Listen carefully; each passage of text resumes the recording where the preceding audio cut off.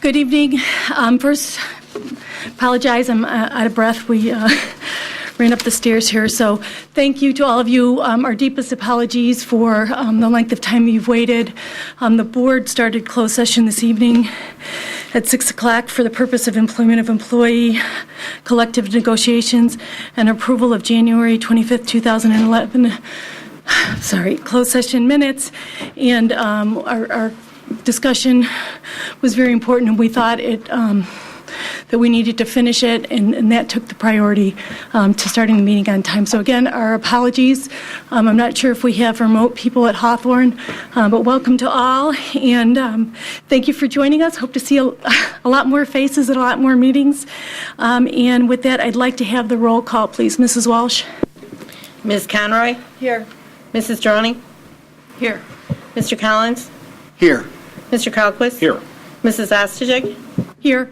Ms. Hirsch? Here. Mrs. Davy? Thank you. 7 board members present, none are absent. Please stand and join me for the Pledge of Allegiance.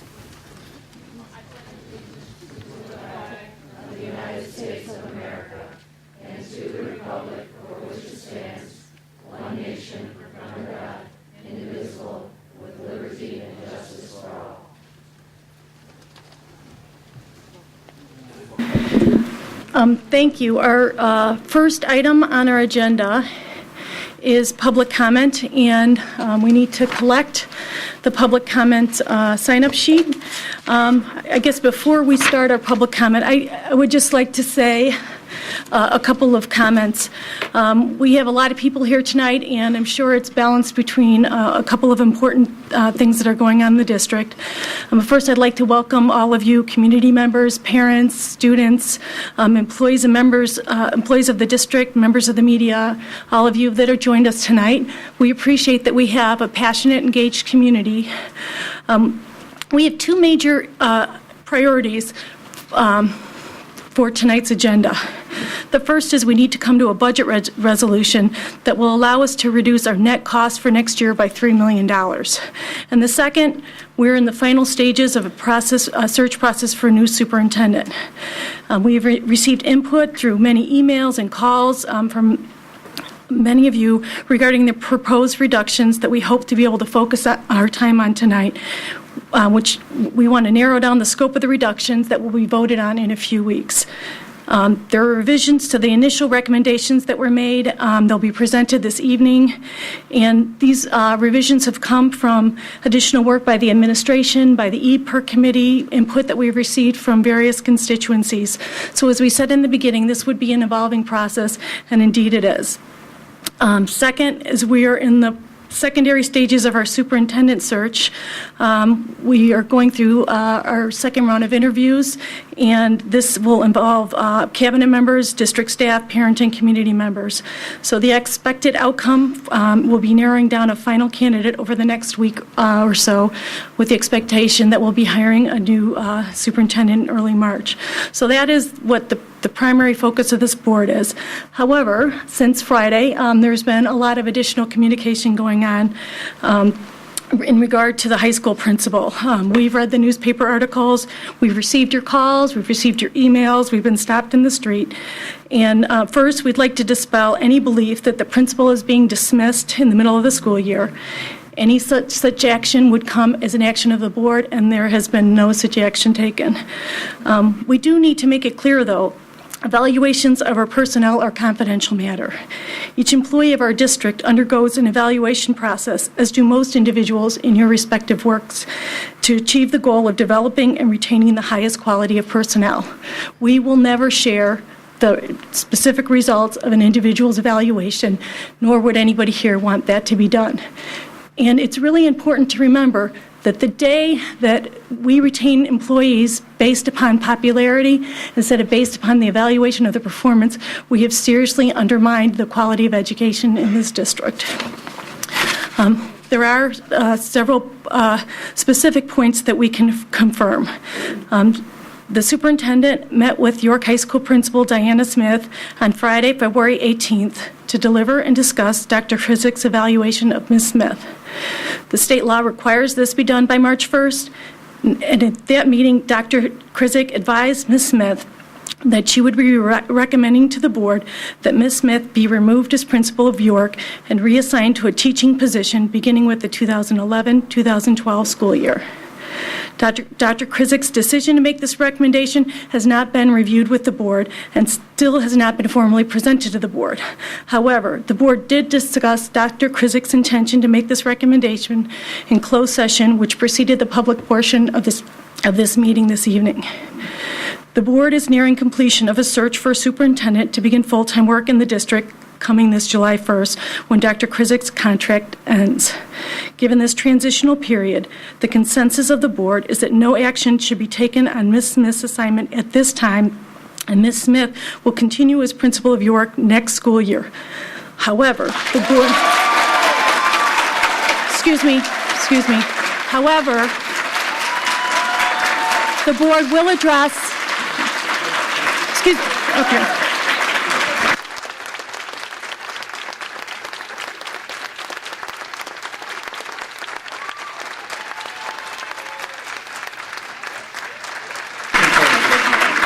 Thank you. However, the board will address Dr. Krizik's concerns with Ms. Smith's performance.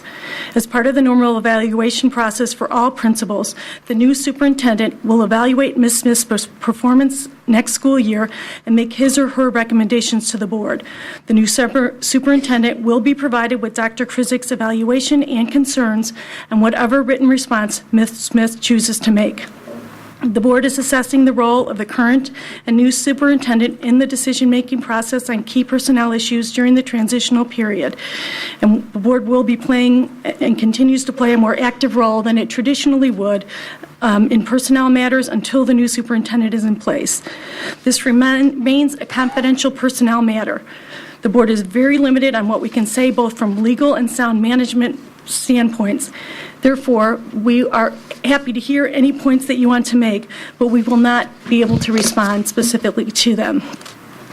Trying to look at how many sign-ups we have, but given the number of individuals that have signed up to speak this evening, and the content on our agenda, we will need to limit our public comment this evening to 2 minutes in order to be able to get through the agenda items, which are substantially the continuing discussions on the budget reductions that will need to be made. I would ask that if you've already communicated your message through an email, a phone call, or a conversation, we've heard what you had to say. If your comments are articulated by a person speaking before you and you're open to waiving, making your comments, we would very much appreciate that. We hear what you have to say. We're listening. We just think it's really important that we can balance our time and make responsible decisions on the $3 million cuts that we have upcoming. So thank you for coming here. Thank you for your passion for our district. We appreciate all of it. We recognize that all personnel issues are things that people have strong feelings and opinions about. And I would just ask you, as always, please be respectful tonight in your comments. Be respectful and temper your comments on any personnel-related issues. Nobody wants to be the one standing there having people make accusations to you. So we're just asking for a tone of respect this evening. And with that, we will begin public comment. And I'll have to ask, we typically use the lighting system to help people keep track of our time. Is it possible to alter it to 2 minutes? Please don't take offense. When the light goes off, I'm going to have to cut you off immediately, and I apologize. We have to weigh the time with the business of the board that we have to conduct. Yeah, if there's anybody who believes that their sentiment or their comments have already been relayed or that are being communicated by somebody else and you'd like to decline comment so that we can move forward on the agenda, you can please let me know. Just call out nay. I'm going to call 3 names consecutively just to try to have people balanced up here so we're not losing time in transition between speakers and we give everybody the opportunity who wants to address the board to do so. So we will start with, please come up to the microphone, start with your name and address, and then make your comments. And again, I apologize if you have to abbreviate while you're up here, but we are limiting to 2 minutes this evening based upon the number of people who have signed up to speak. So we start with Charles Ovando, then Jack Sullivan, and then Rachel Vanna.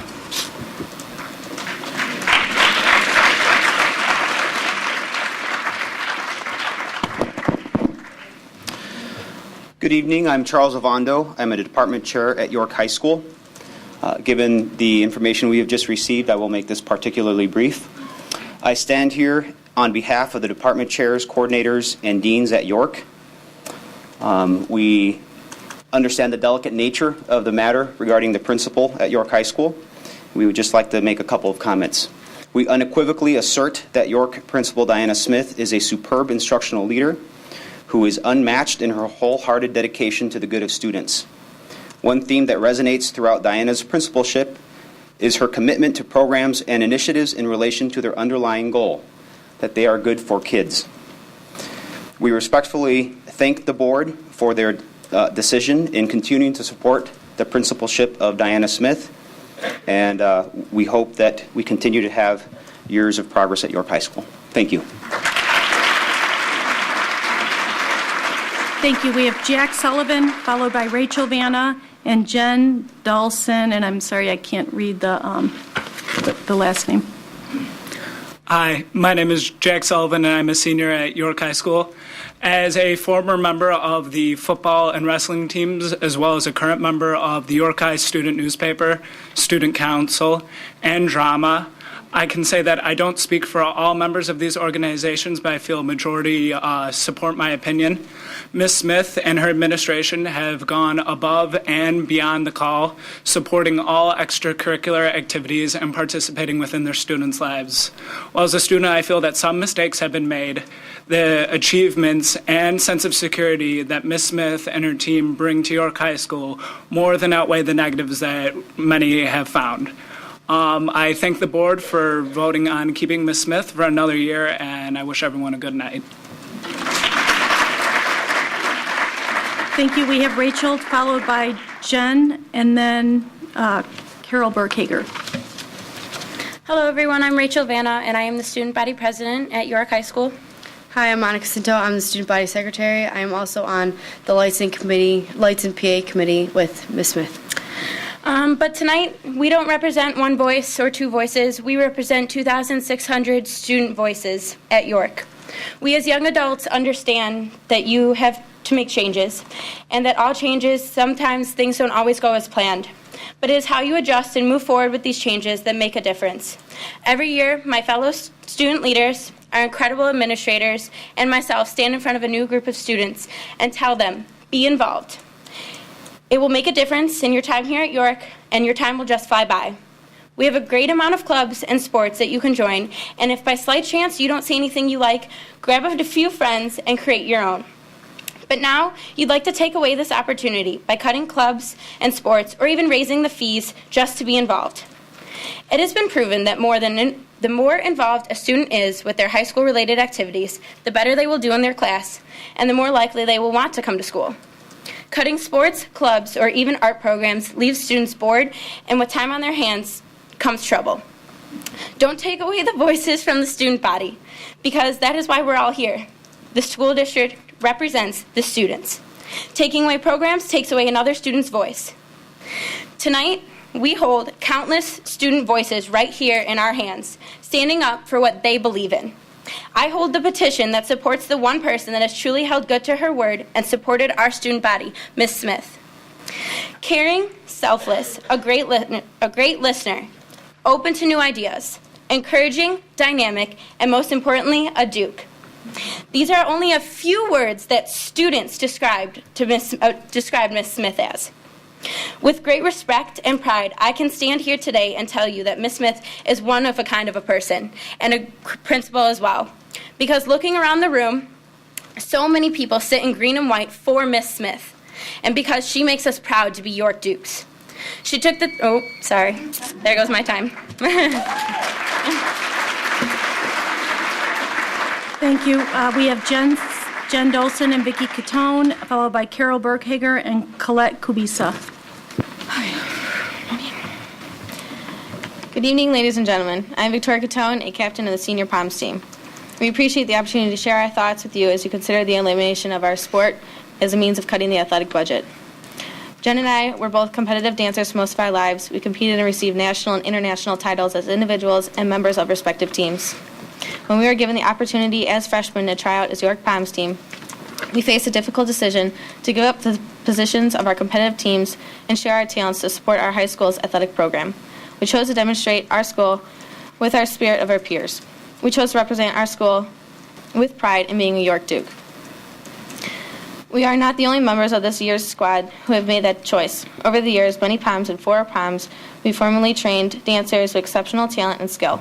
Most of us gave up other sports like soccer, basketball, and volleyball at a very young age to consider our efforts on our dance training and performance.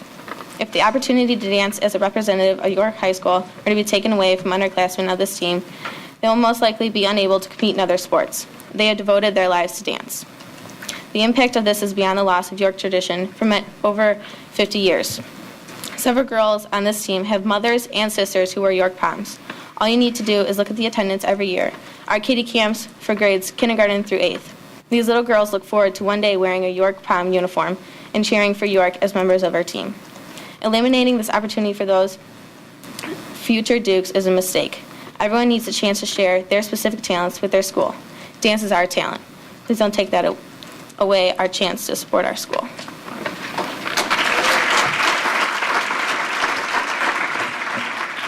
Hi, I'm the other senior captain, Jennifer Dolson. Vicki and I are both seniors. We have already applied to and have been accepted to college. Our resumes of extracurricular activities were not as broad as many of our peers, but that is because we've had little time for our activities other than dance. 6 days a week, sometimes as much as 5 hours a day, we're dedicated to dance. Even in POMs, we practice every day after school for 2.5 to 3 hours, with games and competitions on the weekends. We have one of the longest seasons of any sport at York. We start practicing in the summer and end our season in March with the state POMs competition. We gave up weeks of summer vacation time to practice and attend POMs camps at our parents' expense. We are very proud of how we represent York High School at games and competitions. This year alone, we have won 2 first place and 1 second place trophy at competitions with hundreds of Chicago area schools represented.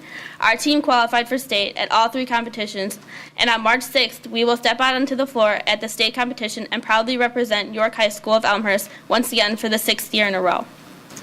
We understand the need to cut costs in these challenging economic times, but we beg you to consider trimming the athletic budget across the board rather than eliminate entire teams. Thank you very much for giving us this time to share our opinions on why York POMs should continue to be a part of the traditions that make Elmhurst community so proud of this high school. Thank you. We have Carol Berghager, followed by Colette Kubisa, and then Patty Iverson. Good evening. I'm Carol Berghager, and my daughter is on POMs. I will try to make this short for Mrs. Ostojic, even though I know a lot of people have expressed the same concern. My job was to say on behalf of the POMs and all the other teams, there are 7 teams that were recommended to be cut, do not cut any sports. And I was here to offer some pretty obvious alternatives. One is an increased user fee that is paid by all members of all teams.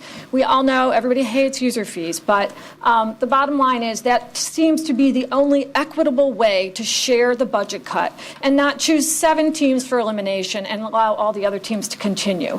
It could be a flat fee, or it could be based on the cost per sport. Per team member.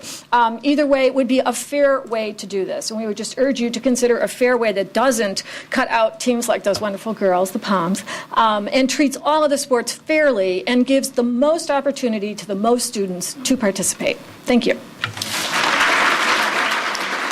Thank you. Our next speaker is Colette Kubisa, followed by Patty Iverson, and then Joan Davis. Good evening. Thank you. I'm Colette Kubisa. I'm a lifelong Elmhurst resident. I'm here as a POM mom as well. But also, I have 4 children, 3 that have graduated from York, who have enjoyed the opportunity to compete in sports all 4 years. POMs, as they say, is dance. It's also a sport. And sports, as a student council has so eloquently stated, those things have so much merit in our students' lives. My older kids were varsity golfers at York, boy and a girl, all 4 years varsity golfers, and the impact that golf has made on their lives, as well as many, many others, the state champions we've had. My daughter has had the opportunity to work in the golf industry and work on the BMW Championship and meet all those golfers. If she hadn't been on the York golf team, that wouldn't have happened. My son is a collegiate golfer. He plays college golf, and he now also has a job opportunity upon graduation to work in the sports industry. Again, if he hadn't had the wonderful opportunities that York has to offer for all of our students, our athletes, our sports, our clubs, it would be a shame to ruin the reputation of a wonderful York High School. Again, the lateness of the hour, I wanted to say, since many of us wrote our speeches before we saw this report, I'm pleased to see that you are recommending to either tier the fees or increase the revenue by a mere $50 per event, and we applaud you and hope you act upon this recommendation. Thank you. Thank you. Our next speaker is Patty Iverson, followed by Joan Davis and Will Ritter. Hi, Patty Iverson. I'm here as a 20-year resident of Elmhurst. I'm also a fifth-year teacher at York High School. I teach AP US History, which is only a second-year program, and I also teach a World Studies cohort, which is in its first year at York. These are both brand-new programs who reach to the special student needs that we have at York and really have had a great deal of guidance from Diana Smith, who's really ushered them in and tried to meet the needs of all these students. We work together talking about the needs that both our gifted kids have and our kids that need more help. And she is such a passionate person, and we've had so many long discussions in which she has listened closely to all the concerns that we've had with our kids. So I feel very fortunate to have worked with her in both of those programs. Additionally, I'm also the volleyball coach at York, and through that, I've been exposed to her support in athletics, which has been great all the way across the board, and not only my sport, but in other sports that I attend. And as a mom of two girls who are at the high school and hope that they remain drug-free, alcohol-free, not pregnant, etc., I really promote athletics and all the incredible things that they can do for our kids. So I suggest that we keep those programs because they are so much more valuable than keeping our kids fit. Additionally, through that, I've been exposed to the J.K. Braid process, of choosing process for leadership, and as well as the alcohol problems we've had. I've served on several of those committees and been with Diana and how passionate she's been about helping our kids steer to the right choice and to have leaders that can help guide them to those choices. Finally, I'm a mom of two kids, Emily and Rachel, a senior and a freshman. My daughter's a senior, is looking at colleges right now, and she can go pretty much everywhere she wants because of what she's gotten from this great faculty right here and all the things that have been at York High School. Sorry, I was there. Finally, my daughter Rachel is a freshman, and not only is she, of course, a volleyball player, but she's a bandy. And if you turned out for the last 2 weeks for the concerts, you'd think, it's amazing what they do and how good our kids are. So I feel very fortunate that I teach all levels of kids, and I have two kids that are going through a lot of programs. Diana does not agree with me all the time, and I do not agree with Diana all the time. But she will sit down and she will listen to me, and she won't shut me off. She'll listen to my ideas. She's very open. I've heard this from numerous people. Just talking to Ann Sullivan, that she's open to new ideas. We talk, we discuss. We can change things. We can compromise. We can come up with what's best for the kids. I'm happy that you're the principal of my kids.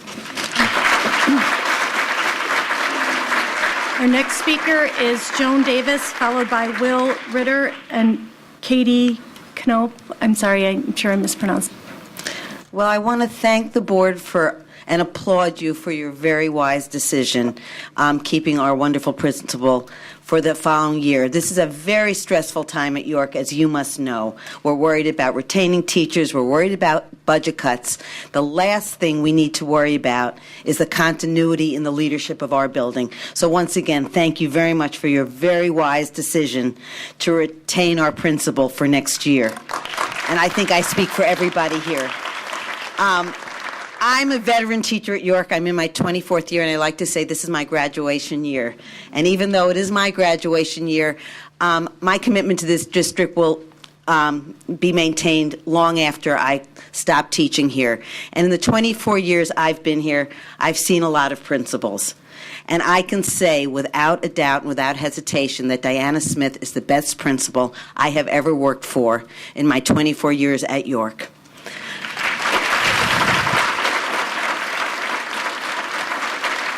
And to just echo Patty's words, it's not because we always agree, but it is because her door is always open, It is because she always cares for what's best for kids. And it's because she has a huge heart that goes beyond just what needs to be done in the school, but extends to making sure and helping her faculty survive the good times and, in personal experiences, the bad times. And she supports us through thick and thin. And she has proven to be a visionary leader in our school at a time when we need visionary leaders in education. And I hope that she will be with us for many, many years to come. Thank you.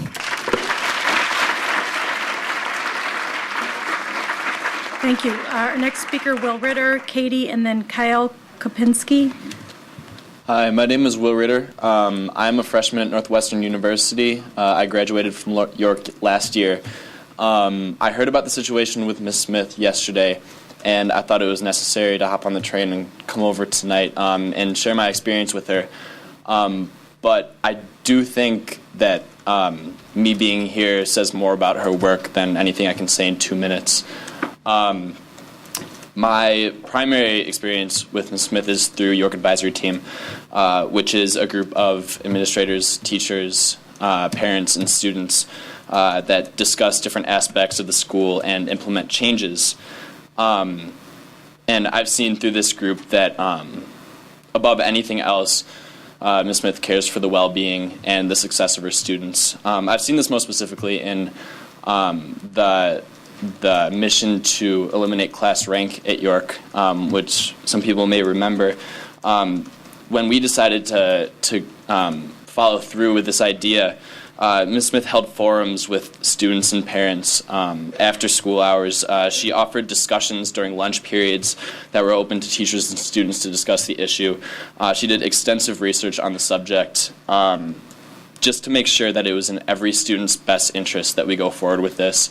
We presented to the board. We pretty much did it all just to make sure that this is what everyone needed. And in fact, most, if not all, of the students on this committee were people who would benefit from having class rank on their application. I think that personally and honestly, I couldn't have asked for a better principal at York. I think she cares for her students deeply, and I think York is a better place with her as principal. Thank you. Thank you. Our next speaker is Katie, is it Katie Knopf? Mm-hmm. And then we have Kyle Kopinski and then Sam Kosiak. Hello, everyone. My name is Katie Knopf, and I'm a senior at York. Come this May, I will be the third generation from my family to graduate from York High School. My past 4 years at York I've received a very high quality and well-rounded education. And I firmly believe that my experience has been so enjoyable due to the policies and leadership that Ms. Smith has installed in the York community. Ms. Smith has always been a very approachable person and always makes a very personal connection with all the students. One way that I personally know Ms. Smith is through Student Advisory Council, which is a team that meets during the day, and we talk about different policies and concerns that we have during York. And this truly shows Ms. Smith's willingness to take her time and her dedication to us students and to hear of our problems and our concerns that we have facing our school community. I feel that all during the school day today, many of us were very worried and concerned, not only because of the future of Ms. Smith's position at York, but also due to the budget cuts that the board will be discussing tonight. And I would personally like to thank all of the teachers who sat in on the various EPERT committees about concerning the different budget cuts for our school. We as students know that you took your personal time out of your busy lives and your busy schedules in order to help ensure that we as students had the best things and the most well-rounded education for us. So we thank you for that. I believe that it is within the best interest of the York community to continue to hold Ms. Smith as principal for not only next year, but many years to come. And she has always been very supportive of the different clubs and organizations and sports at York. And we ask that you do not try your best within the budget strains that you hold in order to have as many students as possible continue to participate in clubs and organizations. Thank you. Thank you. We have Kyle Kopinski, followed by Sam Kosiak, and then Alan Brinkmeyer. Good evening. I'm Kyle Kopinski. I am a sophomore here at York High School, and I play varsity tennis and varsity golf. I'm here in regards to the golf team possibly being canceled. 2 years ago, I can recall trying out for freshman golf season, one which I was nervous about, and also at the same time highly anticipating. I always remember practicing with my father when I was young, seeing him bring home some trophies from his company outings and even the Eskimo Open at Cog Hill. One day I had planned to be playing golf for my company and having trophies for my children to admire. Unfortunately, his swing is not the same as it was, and rather mine in contrast has improved immensely through 2 years now on the York golf team and the hours I put in during the summer and winter months. I have now increased my consistency and ability to focus. Golf is a sport in which you learn a lot about yourself. In fact, it may be arguably the most mentally frustrating sport, one on which the ups and downs are the most severe. You could have 4 bogeys in a row and still shoot under par, and on the same token, be even on the front 9 and 9 over on the back. After a few rounds of high school golf and the tournaments that are held, you start to feel the first shot butterflies lesson, your mental state to be more positive, and your job for the team is to play your hardest. It is a sport that advances a player's respect. When you join a foursome at Cog Hill, you become acquaintances and are able to discuss strategies and help others to improve their game. With acquaintances can come business ventures for when this young team grows into their future lives. I am a caddy during the summer and cannot tell the board today how many deals, investments, and bids I have witnessed in the many rounds I have caddied there. Sometimes I think I am Trump Tower getting fired, rather I was just being asked to clean the ball.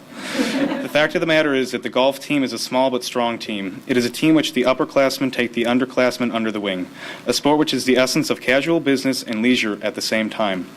One which anyone can play, but not necessarily play well. A sport which takes so much focus and concentration and technique that the ultimate goal is to hit a ball that has a diameter of 1.6 inches, 270 yards dead straight down a fairway, which is 600 yards long, and you guys get the point. Thank you. We get the point. Thank you, Kyle. Our next speaker is Sam Kosiak, and I'm sorry if I'm mispronouncing your name. Then we have Alan Brinkmeyer and Carol Ubriaco. I am Sam Kosiak. I'm a junior at York High School, and I would also like to talk about the York golf team, and I'll make it short. I can definitely relate to the ups and downs of the game, and I would actually like to talk about tonight the importance of golf in the community of Elmhurst. Although we do not have a course in town, I strongly believe that it is one of the most important sports in this town. Mark Wilson, I'm not sure if you guys are familiar, is a prominent PGA Tour player and has just hit it big in the PGA Tour and is an Elmhurst resident. His kids will be going to York in a few years, and I think that it's a bad saying to not have a golf team and have a PGA Tour golfer have kids at York. So I'm just, saying it's a very important sport, and I would love to see it, as a golfer, stay. Thank you. Thank you. Our next speaker is Alan Brinkmeyer, followed by Carol Ubriaco, and then Melvin Luna. Good evening. Thanks for the opportunity to speak. I can't give enough praise to the job that Ms. Smith has done as principal. I want to make sure that my thoughts are made clear on that. I'm not here as on behalf of anybody except my family. Ms. Smith is a wonderful person.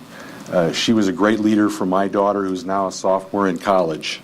She's specifically been a very good leader to my freshman that's at York now. She's a prime example of an honorable leader and someone that we should model our own lives after. Over the years that I've known Ms. Smith, through various volunteer activities that I've been involved with at the school, she has always been open to input. She listens to people, and the skill of listening is something that all of us need to do a little bit better sometimes, and she does that very well. In her public communication, Ms. Smith has always kept the reputation of York High School at the highest level. In dealing with various parts of the city government, I know that she has done a wonderful job in representing the interests of York. She does it with great panache. It's leaders like Ms. Smith that we need to make sure that York is a school where students can get a top-notch secondary education. I'm glad to hear that for at least the next year you were considering to keep her. I'm very happy for that announcement, because York High School would have been hurt without her leadership. Without her at the helm there, I can't imagine York being the school that it has come to be. Our community needs leadership at York now more than ever, and Ms. Smith has a great track record of steering kids toward the right choices. I want to thank the board for your vote tonight. Thank you. We have Carol Ubriaco, followed by Melvin Luna, and then Jane Klenk. Hi, my name's Carolyn Ubriaco, and I have 2 students at York, in addition to 1 York grad. I serve as York High School Parent-Teacher Student Association President, and I'm pleased to officially share that the York PTSA Executive Committee would like to express their unanimous support for Diana Smith and enthusiastically request that she be retained as principal of York High School. I want to thank you for your announcement tonight. I really appreciate that. With Diana's collaboration and her staff's effective follow-through this year, York PTSA made changes that enriched the York learning community and helped parents and students. Some of the things we accomplished include the establishment of the PTSA York Academic Boosters, distribution of student directories prior to the start of school. Previously, directories were only available during parent-teacher student conferences at the end of October and early November. And a 2-fold increase in York parents' PTSA membership and a commensurate uptick in parent involvement. I could go on for a while here with a list of things that we've been able to accomplish with Diana's assistance, but I won't. The PTSA is blessed with a large, dynamic, and talented team of volunteers. However, our unprecedented stream of deliverables was only possible through Ms. Smith's timely, effective, and enabling collaboration. I want to thank you. Thank you. Our next speaker is Jane Klenk, followed by Margaret Harrell and Payne Piers Holly. Good evening. I won't go through my whole speech because I did transmit it via email, so I will save everyone's time tonight. But I just want to say that I am a parent for 16 years in District 205, and I've had 2 sons graduate from York High School, and I've served as PTSA president for 2 years at York High School. And all I can say is thank you, thank you, thank you, thank you for keeping Diana on, because York High School needs her. Thank you. Thank you. I missed Melvin Luna. Do you want to just follow Ms. Harrell? Margaret Harrell and then Melvin Luna. Sorry. Good afternoon. Again, I will keep this very short. Thank you again to the board for their consideration on keeping Mrs. Smith in the principal's role. Obviously, if you look into the audience, this says countless, the students, the teachers, the community members. This speaks more than any words in 2 minutes can say on what Mrs. Smith means to York. I've been a resident of 18 years. I have been more than pleased with all of the schools that my children have gone to, and I will say I am most pleased with York. I am most pleased with the staff that's there, and staff is only as good as their leadership. And that speaks volumes to Mrs. Smith. 2 points. It's not about personality. It is about effective listening. And it is about an action-oriented communication style as well as a servant leadership. That's what Mrs. Smith, that's what she represents. That's why we're all here. Thank you so much for your continuance on her service. And again, I hope there's many more years that Mrs. Smith is a principal at York. Thank you. Thank you. We have Melvin Luna, we're sorry for missing you, and then followed by Payne Piers Holly.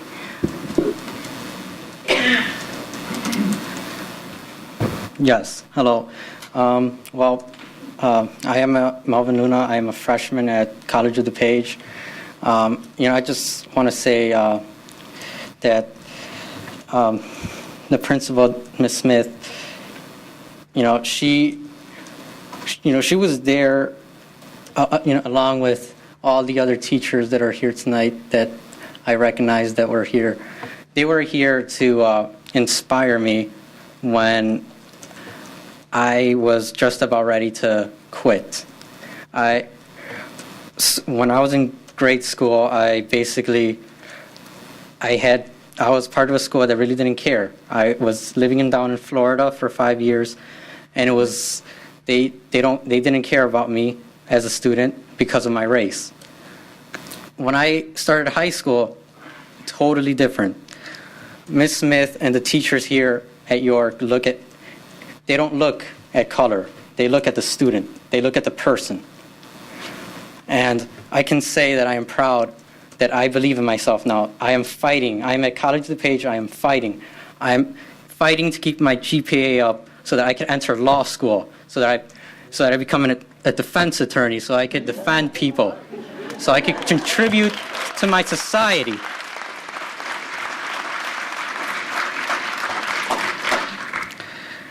And as for the budget cuts, let me just reflect what the President of the United States said. It is necessary to cut, just don't cut on the backs of the most vulnerable people, which is the teachers and the students and the principal of York.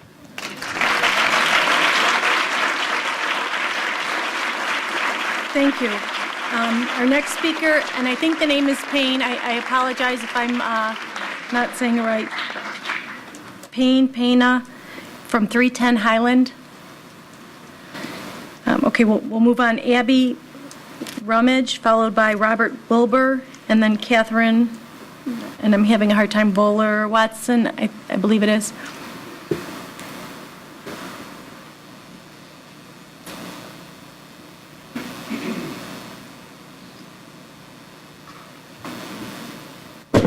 There we go.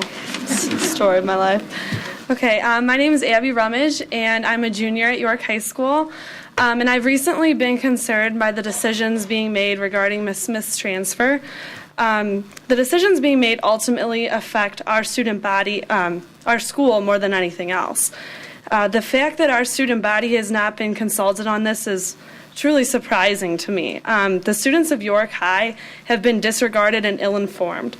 We deserve the right not only to be educated as to what's going on, but the right to have a say. Overall, this is our education. If the school board had consulted the students, they would find the majority of students do not want Ms. Smith to leave. She has made our school a valuable place to get an education. I don't personally know Ms. Smith very well, but I do know that when I was walking down the hall one day during, the busy passing periods, Ms. Smith took the time to say hi to each and every single person that walked down that hall, and that says a lot to me. Where was I? Since no one took the time to listen to the students, this input was never received. The school board and Dr. Krizit need to communicate with the students, given this decision affects our student body and faculty more so than it does themselves. The fact of the matter is, we students know what's going on in the school and deserve to have a say in any major decisions regarding our education. Thank you. Thank you. Our next speaker is Robert Wilbur, followed by Catherine Bolin Watson, and then Holly Cost.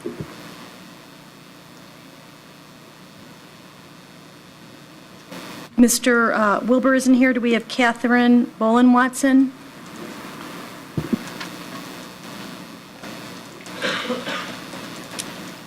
Hi, I'm Catherine Nolan Watson, and I am a parent of one York grad, one York sophomore, and an incoming freshman. My husband and I moved here from Washington, D.C. in 1993.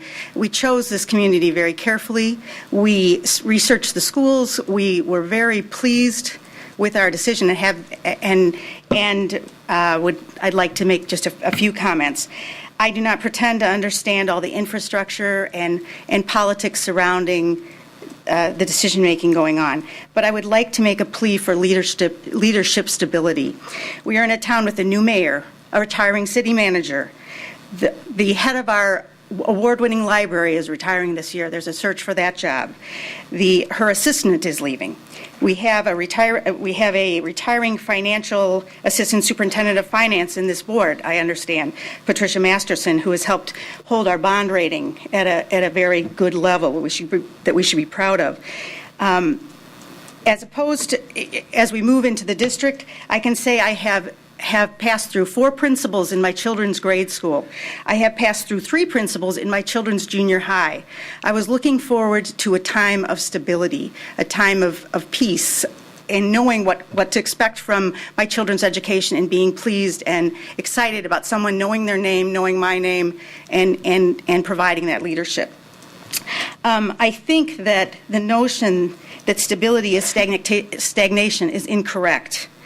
I think we can know that in a time of budget cuts that we need known leadership to have the intimate knowledge of the environment and the circumstances to help with those budget cuts, to help provide advice for those budget cuts, and to encourage the staff and students to remain optimistic in the face of those budget cuts.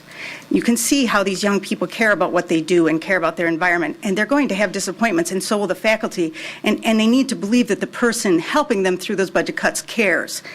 And lastly, I wanted to say that innovation can stop in an environment of too much change because people don't know who they're trying to please to take the next steps forward. And thank you for hearing me. Thank you. We have Holly Cost, followed by Maggie Quigley, and Claire, I think the last name is Canet. Hi, my name is Holly Cost. I have 2 children at York and 1 at Bryan, and all of them have played in the band. I'm here in support of the band tonight. One of my daughters was lucky enough to be one of the drum majors this year, which was a joy for our family and many people who had the opportunity to watch her. I'm here to say that music is something that brings joy and light to everyone who performs music. Everyone has the opportunity to listen to the music. And I would encourage anyone here who's had the opportunity to enjoy the York or middle school music departments or listen to any of the pep band or marching band at a sporting event to stand up in support of the band.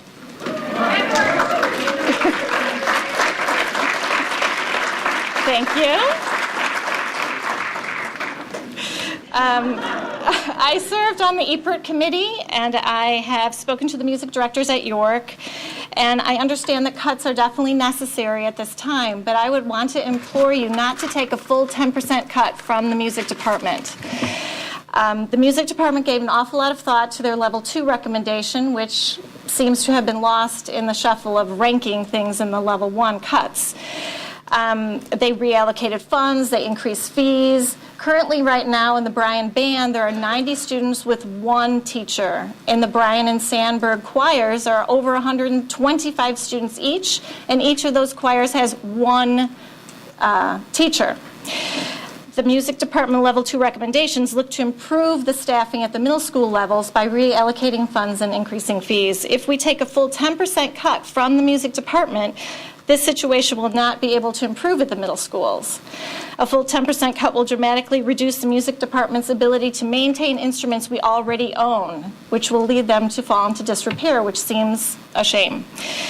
A full 10% cut will dramatically eliminate any outside adjudicators for solo festivals or people that can help with ensembles.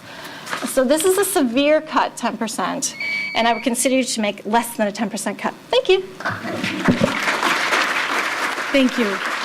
We have Maggie Quigley, followed by Claire, and again, I'm sorry, I think it's Canet, and then Mary Jo Letria.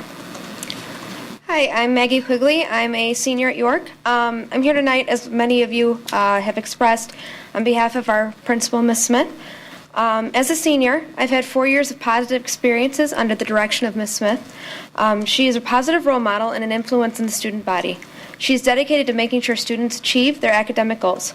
She's also an avid supporter of extracurricular activities.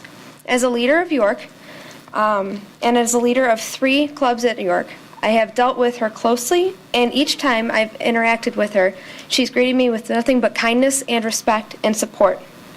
She promotes acceptance and diversity among the student body. And as a seasoned administrator, she has handled the toughest situations with poise and professionalism. I would like to thank this board for retaining Ms. Smith as our principal for the next year and giving the future to students to have opportunities to interact with her. Thank you. Thank you. Our next speaker is Claire, followed by Mary Jo Latria, and then Gina and Ellen. Right. Hi, my name is Claire Caniff. I'm a senior at York, and I actually came up here to talk about clubs. Clubs have been taking a big hit, I think, in this budget, and I think I'm the oldest of four, and luckily my family can afford all the fees for me to go to school, but with all these added fees, there's a lot of students I know that their families can't shoulder that burden. I mean, there's people with both parents unemployed that I go to school with, and when you're looking at these budgets, just remember that when you're cutting those clubs, for a lot of students, that's like their lives. Like, that's a sense of community for a lot of, often like the most vulnerable and isolated people in the school community. And what else was I going to say? Okay, also, clubs are really important in getting into college. And when you start tacking on fees, we need to make sure that education is affordable for everybody, especially as a public school. And when you start adding fees onto things that even help you get into college, I just think that's an unfair disadvantage to some students. I also want to say, I'm really glad Ms. Smith is continuing on as principal. She's one of many passionate and accessible educators we have at York, and that's what makes York so great. And I would like to see that continue on for my siblings and for lots of other York families, because it's a really great place, and I've gotten a great education, and remember the clubs. Thank you. We have Mary Jo, followed by Gina and Ellen, and then Dan and Karen Skiles. Hi, my name is Mary Jo Latija, and I'm here today as a community member. I'm a 30-year resident of Elmhurst and a proud parent of 3 students who have graduated through the Elmhurst School District, including York. Our 3 children are in their mid to late 30s right now, and I owe a great deal of gratitude to the District 205, to the hardworking board members, but in particular want to express my gratitude to Diana Smith, who we first came across when she was a teacher at Sandburg Junior High. I have 2 points to make. I'll make them really briefly. My first one is that I urge you, board members, not to misconstrue the number of people that you see here and the variety of people, that's students, parents, people like me who have raised their kids. And what I understand is far over 100 people who are across the parking lot at Hawthorne School. We couldn't get parking to get in here today.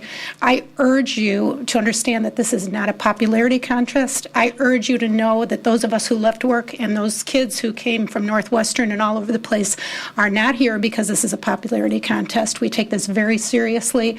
I urge you to listen to the voices that are telling you about Ms. Smith's ability to not only relate to students and all kinds of students, athletes, people who are academically excellent, the band, the clubs. Listen to the number of PTA results that have come across now because of Ms. Smith's leadership.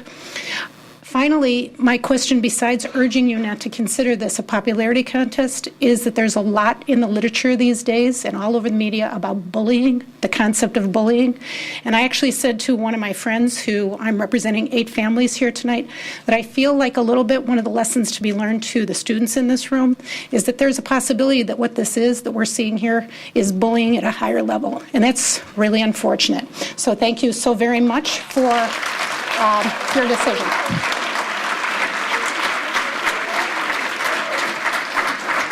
Thank you. Our next speakers are Gina and Ellen, followed by Dan and Karen Skiles, and then Paul Garino. Hi, I'm Gina Bonfiglio. I'm a junior at York High School. I'm Ellen Gazy, and I'm also a junior. I found out yesterday about the budget cuts over Facebook and texting, and I feel like everything that we know about it was all through rumors, and there was nothing really nothing was really cleared up until today. And we feel that we need, whatever decisions the board makes, we urge you that it's for the benefit of the students especially, and that whatever decisions you make, you inform the students immediately, because we're the ones that are going to be affected. It's our future, and we're not coming as a musical student or a Skills USA student or any other type of student. We're coming as part of the York student body that isn't on student council and hasn't been informed. And we want to know if you're going to educate the student body about the budget cuts, and if our voices will in turn be heard about our future. Also, today at school, pretty much all of my classes, all we talked about were these budget cuts, and just the fact that it just came as a great shock to the student body that we need to have an assembly or something that will give us more information and just keep us informed about any decisions we make. Knowledge is power, so it'd be convenient. Thank you. Thank you. Thank you. We have Dan and Karen Skiles, and then our last speaker for the evening, Paul Garino. Mr. and Mrs. Skiles still here? Okay, Mr. Garino. Okay, they're passing. Thank you. Mr. Garino?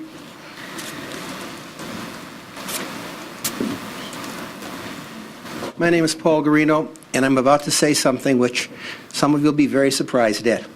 I want to commend this board for diffusing a very, very volatile situation this evening as we waited 5 minutes, 10 minutes, 20 minutes, 30, then almost 40 minutes. They said, I heard people saying, this board cannot wait us out. We will stay till the very end.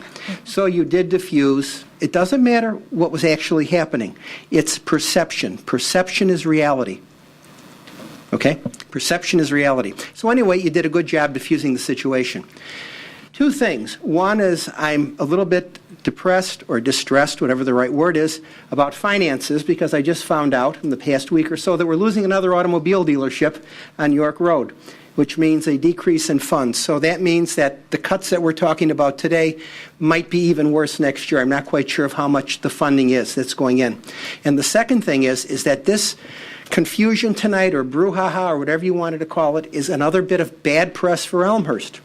And if I were one of the people looking to be a superintendent in this district, and I did my Google search, and I saw that we had another flare-up in the community, I'd question whether or not I wanted to come here. This is bad press.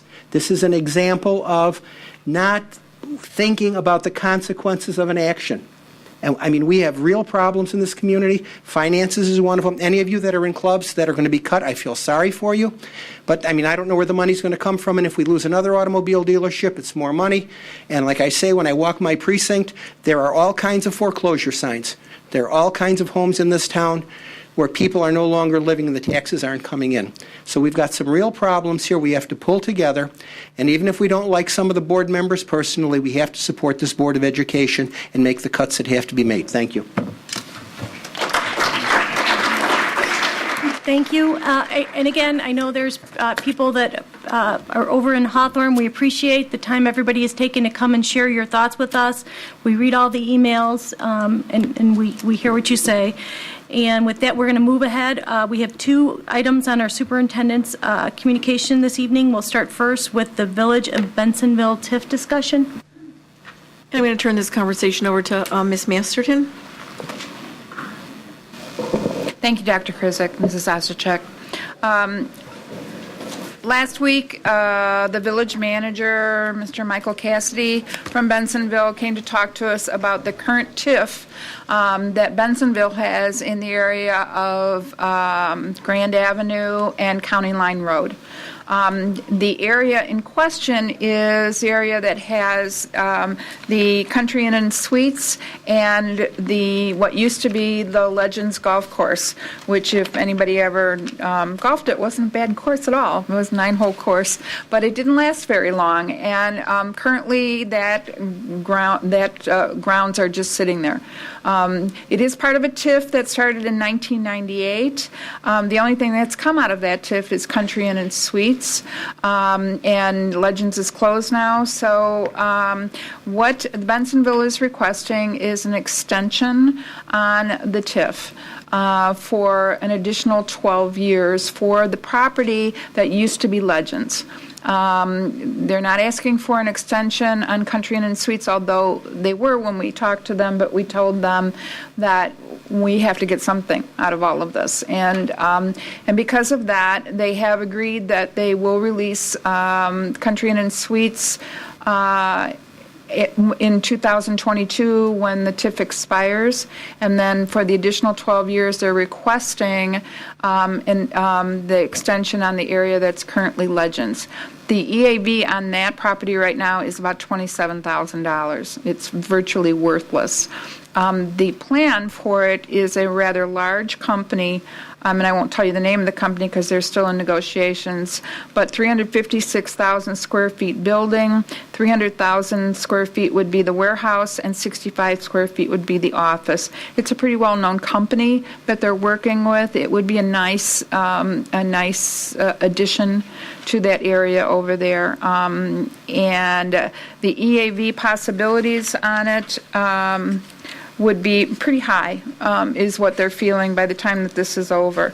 The tax increment for the properties that would be released, which would be the Country Inn and Suites, although they're in negotiations right now to possibly be purchased by Holiday Inn and extended into a conference center over there. So that will also add to that. But right now they're projecting that the property, if it was released today, would be about $1.7 million in EAV, and by 2022 that property would be about, when it would be released, it would be $2,315,355. The amount of revenue or surplus that would be distributed through its release in 2022 to all the taxing bodies, of which we're probably still about 70%, would be $1,887,038 over the 12-year extension time that we would be receiving. Because we don't normally, I wouldn't say that we would normally recommend an extension easily, but in the case of this property, there's absolutely nothing on it. And there's absolutely no hope of anything on it at this point without a lot of help. And so in case of this property, we think that this is a viable decision to be made for the benefit of the district, and certainly for the benefit of that Bensonville area and, the northeast corner of our school district property. We are hoping to bring something down to the state of Illinois by March 7th or 8th. The last day the legislation can go through is March 17th, I believe. So they will be sending us an intergovernmental agreement.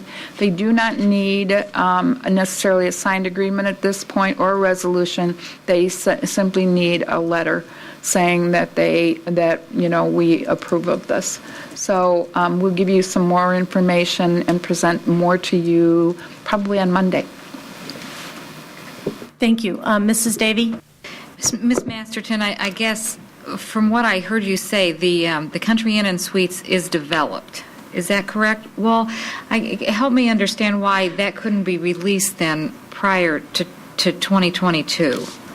It's my understanding that the reason that they don't want to release until 2022 is it's an incentive for the Holiday Inn group that's buying out of Los Angeles to build a convention center there. And so they need the additional time to grow that as well. And that is why we did discuss with him an early release of that property.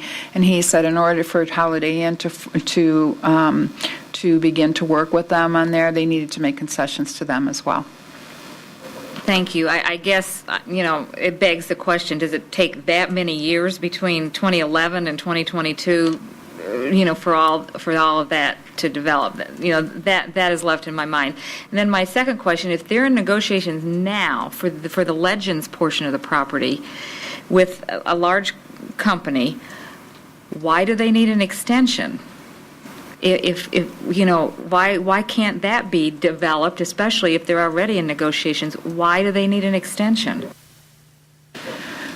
My understanding is the property that they're going to be putting in there is it's huge. It's a huge property, and the amount of construction and work that will need to be, and obviously they're only in preliminary talks in here, but the amount of work and construction, he was talking about caissons in the range of 60 feet deep all over the property. That's a lot of work and a lot of costs. And they are, he has said to us that 90% of all of the TIF financing that the TIF money is going straight back into development of that property. So it's not that Bensonville is taking any big cut or anything like that from there. Property sits on a landfill, and it needs a lot of structural development, and they believe it's going to take that long to be able to recapture any costs. That's, was some of the explanation, as Ms. Masterson did, share with you what the cost of that infrastructure development would be. Mr. Collins. Just to reconfirm, this is currently owned by the city of Bensonville, so we receive 0 property taxes on that property. So we're not missing a dime in revenue. And the current assessed valuation is $27,000. So even if they were to release it today, we get more than a dime, but not a whole lot more.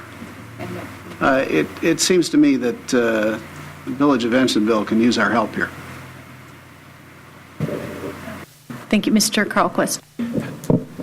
Perhaps maybe a different way of looking at it. My understanding is that, at least for some period of time, and again, it's always conjecture, speculation, but that there has been discussion for some time about the possibility of a Grand Avenue exit off the interstate, and of course, some point in the distant future, maybe in our lifetime or not, Western access. But if for whatever reason that were to proceed, never mind to Mrs. Davies' question about how that property could be developed, in that extensive window of time, and what the real developer incentives that would be required and the like. If there were to be, and I don't know if as part of your investigation around the Grand Avenue access, then the market value of that property would be significant. That property has been proposed for auction to leave the public rolls. It didn't go through as the economy changed. So we just want to make sure that we're very thoughtful about what the potential is in under the existing TIF terms, rather than pushing out. Certainly, if it's a binary, the deal happens or doesn't happen. That's the tipping point. But I think we need to be very, very judicious about this authorization. I'm going to say Mrs. Droney first. Does a TIF extension have to be 12 years, or can they do it for less? Is it required by law to be 12? I mean, the beginning ones are 22, and then if you extend it, it's 12. But is there a middle point?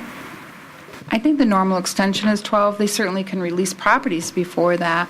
But I think normally, it's a safeguard for them. They build the 12 extension in there, and then if things are done early, that's great. Then they let it go. But if not, then they need the 12 years, and they don't have to go back and restart again and ask for these extensions and go from there. And also to speak to Mr. Carlquist, I agree with you that I have concerns over the fact that this came to us in such a late hour. That bothers me, and we have said to the gentleman, we don't work this way. We take time and we investigate and we look at things and we share with our board a lot of information, and asking us to jump into this with so little information is problematic. But as Mr. Collins said, right now there's just literally nothing. We're not getting anything out of all of that. So we're not exactly losing anything. At this point, we're not losing anything. Could we be losing something 2 years from now or 3 years from now? Absolutely. Can I just finish up? What are the rules for the extension? If one taxing body says no, it doesn't happen, or is it a majority of taxing bodies who have to say yes? Just one. Mr. Collins. I agree with Mr. Carlquist's urge for due diligence here. I mean, I suggest we call the tollway. They know decades in advance when they're going to where they're going to put exits and entrances, and they'll be happy to tell you. Secondly, to build, and even if they put in an exit to this site, the fact remains that this is a landfill, and this soil is constantly compacting, and you've got to get down to a solid surface. So no matter when you built, it would be, the construction costs would be dramatically higher than building on solid ground. So even if the value of this site were to go up, to really improve the value, you still have to build something on it. And those construction costs wouldn't be any lower if there were an exit ramp there or not. I think the sooner they build something and the sooner we get it back on the tax rolls, is the sooner our children benefit from it.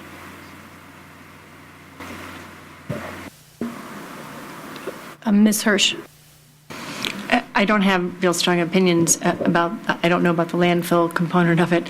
I do believe that investing in and putting incentives in place for businesses to come and to build and invest in our communities and our neighboring communities is a good decision. And if we can have a minimal impact or negligible impact on our financial future in the near term, I think it's something that we should consider supporting.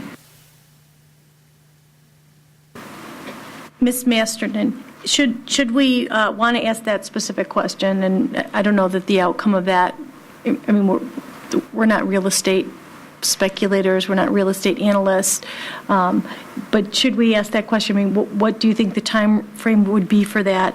And when does the letter need to be, the letter of support need to be provided to the city of Bensenville? According to the note that I had, they're traveling to Springfield March 7th to 9th to promote the extension. They would need their letter in advance of that trip to have any chance. I can call the Tollway Authority tomorrow and try to get some information, so we could in a couple of days. They also have representatives who could come to the next board meeting to give you some information on that if you need it. Mr. Carlquist. I have no basis in fact as to whether or not that is an opportunity. I'm simply raising the point of, as a board, do we believe that over the period of the next 11 years, there would be economic development on that property, and if not, but for, which is what the TIF is in place originally, and if there was, are we then prepared to wait another 12 years to see money in our? So when we talk about as soon as possible money in our coffers, we're talking about pushing it out 12 years beyond the 12-year mark, right? So this is a rather substantial window of time. If this is developing rapidly, if there are plans on the table, there are schematics, if there's someone that's in negotiations, and we think that they can get that property developed in the next 12 years, then let's expect to see the revenues after 12 years, not 20, 23, 24 years. I guess the real question on that is, does the development occur without the TIF, or are they interrelated? And is there any perspective that you can give us on that, Ms. Masterton? I think their feeling is that no, they will not be able to develop the property without an extension of the TIF, because I think there's some recoupment, in terms of the construction costs and everything else, in terms of what they're looking at.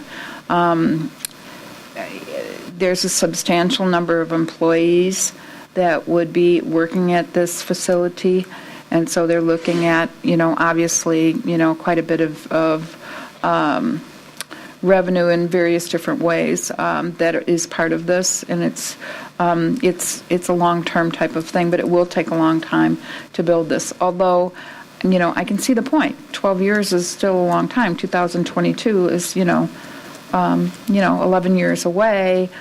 Why is it that it needs this long? And that's a question that we will bring back to him and ask him for those projections. I'm seeing nods that we are looking for a little bit more information on this. And I guess I also would ask, as far as the Holiday Inn development of the property, is that contingent on what's happening with the Legends part of the property, or is that something completely independent that's going to go forth regardless of the decision? Are there any other board questions or comments? Is there any other information, Mr. Collins? I asked a few questions pre-meeting, and here's my understanding, so please correct me if I'm wrong. The company looking to build this facility has their choice between this site and sites in two other communities which are much further from Elmhurst and not in our school district. And The fact of the matter, to build on this site, as you said, they have to put these caissons in, which costs extra millions of dollars in building cost. And the reason for the TIF is to pay for these caissons that they have to put in order to build anything on the site. And that would be true whenever it was developed and whenever it was on the site. And the other two sites they're looking at don't have those additional construction costs. So that's the disadvantage of this property.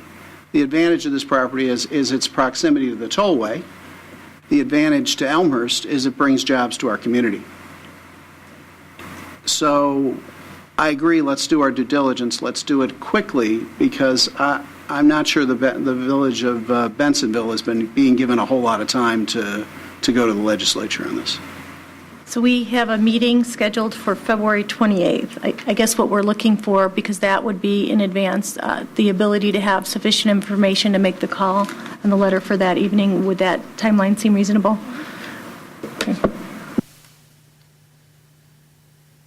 Okay, thank you. So then we move on to our primary item on our agenda this evening. We have our ongoing discussion of our fiscal 2012 budget, and we have some updated recommendation numbers. What Ms. Masterton and I are going to do for you this evening, we're kind of break it apart like we did the last time. Ms. Masterton's going to be reviewing the budget reduction changes, additional opportunities, and then I will be revisiting with you the revised reallocation recommendations. But just to give us a status before Ms. Masterton begins, as you know, the EPERT overview was presented 2 weeks ago on February 8th. And the board at that time identified a $3 million net reduction to the FY12 budget. We asked 7 committees to address some feasibility and clarification issues in their reports, and we're going to report on those this evening. We reviewed additional reduction items above the line, and then we reviewed additional non-EPERT reductions, and then we re-reviewed the new additional expenditure options that we presented to you the last time. So I'm going to just now turn this over to Ms. Masterton to continue the review. Mr. Smith has put up on the screen the rankings level was presented to the board last, I don't know when it was, so 2 weeks ago, and now we'd like to talk about the 7 programs that we asked for clarifications, changes, if possible, or other suggestions. The first is driver's ed. The recommendation was for some reductions in benefits and reductions in supplies, and I will remind the board that you can't reduce really benefits in driver's ed without reducing hours, and supplies is gasoline, so it was not really a viable recommendation. So what we would recommend is reducing the added summer hours by $1,650. Some of the driver's ed classes went above and beyond what is the required amount of hours for student driving time during the summer. I admire the fact that they really want to make sure that the students are driving well, and some kids obviously don't get as much practice as others, and they try to afford them as much practice as possible. But in these economic times, I think we can afford to cut those hours by $1,650. In career and technical education, there was a proposal for a $25 lab fee and to be considered tiered fees based on the course. That would bring new revenue in of $72,807. And then an overall reduction of the TCD placements would be 2 instead of 5. Along with those reduction in supplies and added revenue, the total reduction would be $121,456. We are making a recommendation for keeping all of our current athletic programs. We would increase the athletic fee to $160, which would bring in new revenue of $97,050.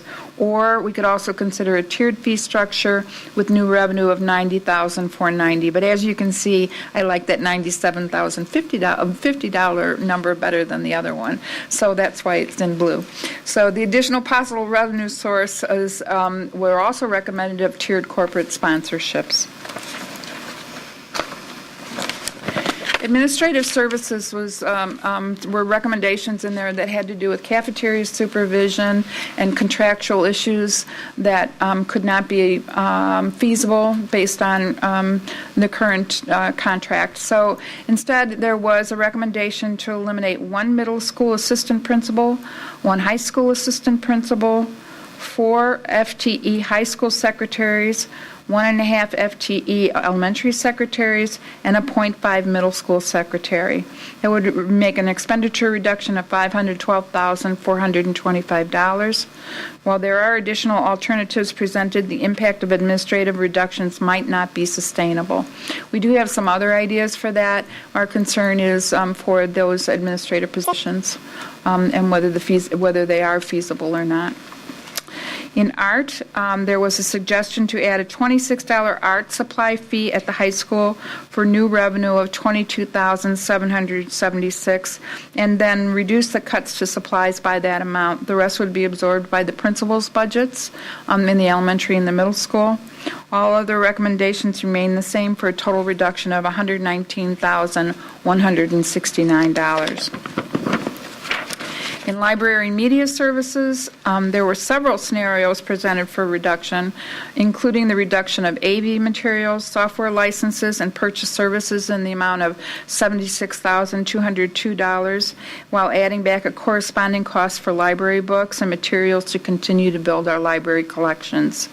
Reductions in library aides, librarians, and media assistant hours were also discussed.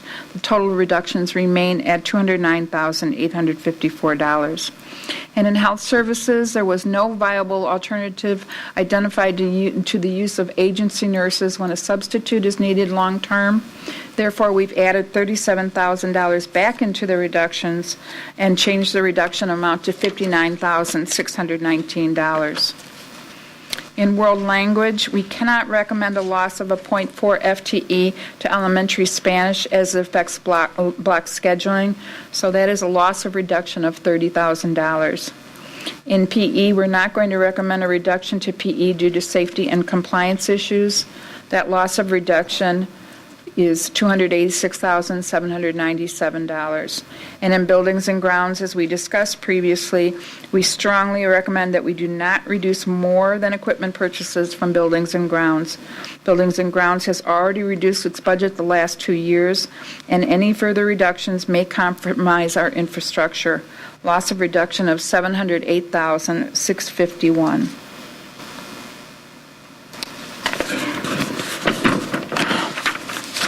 Now let's talk about the additional reductions that we were able to build from our budgets. In early childhood, reductions in supplies, equipment, dues, and fees would be $64,283. Special education, we would recommend a return to proportionate share funding for private and parochial. Currently, we are doing much more private and parochial services than we are required to do. It would leave a savings of $60,000. In curriculum and instruction, we would reduce the salary plus budget, reduce proctoring costs, eliminate additional costs related to access testing, and first-year reduction in mastery manager costs, eliminate the practice ACT test costs for a savings of $111,100. And in class size, we would do a revision to the class size reduction recommendation of 10% and bringing that down to 5%. And to give you a little idea of what that class size alternate scenario would look like, the original proposal identified 28.4 reductions of positions. The alternate proposal identifies 14.8 FTE reduction. Originally, in K2, there would be a 26 student maximum. That would be dropped down to a 25 student maximum and a reduction of 3 staff. In grades 3 through 5, the original proposal was 28 student maximum. We'd reduce that to 27 with a loss of 5 positions. In grades 6 through 8, the 30 student maximum would be reduced to 28 students, which would be a loss of 2.2 staff. And in grades 9 through 12, the 31 student maximum would be reduced to 29 students for a loss of 4.6 teachers. Again, we want to go over the average sizes in comparison to the maximum sizes. The new averages would be 21.2 in K through 2, 23 at 3 through 5, 25.2 in grades 6 through 8, and 26.8 in grades 9 through 12. The total savings is $1,094,914. The class size reduction, and we want to asterisk this because it's really important. We heard a lot in many discussions that we had about the need and the importance of support services if we were ever going to reduce class size. That class size reductions could be agreed upon and supported by the community if we had these other interventions and support services.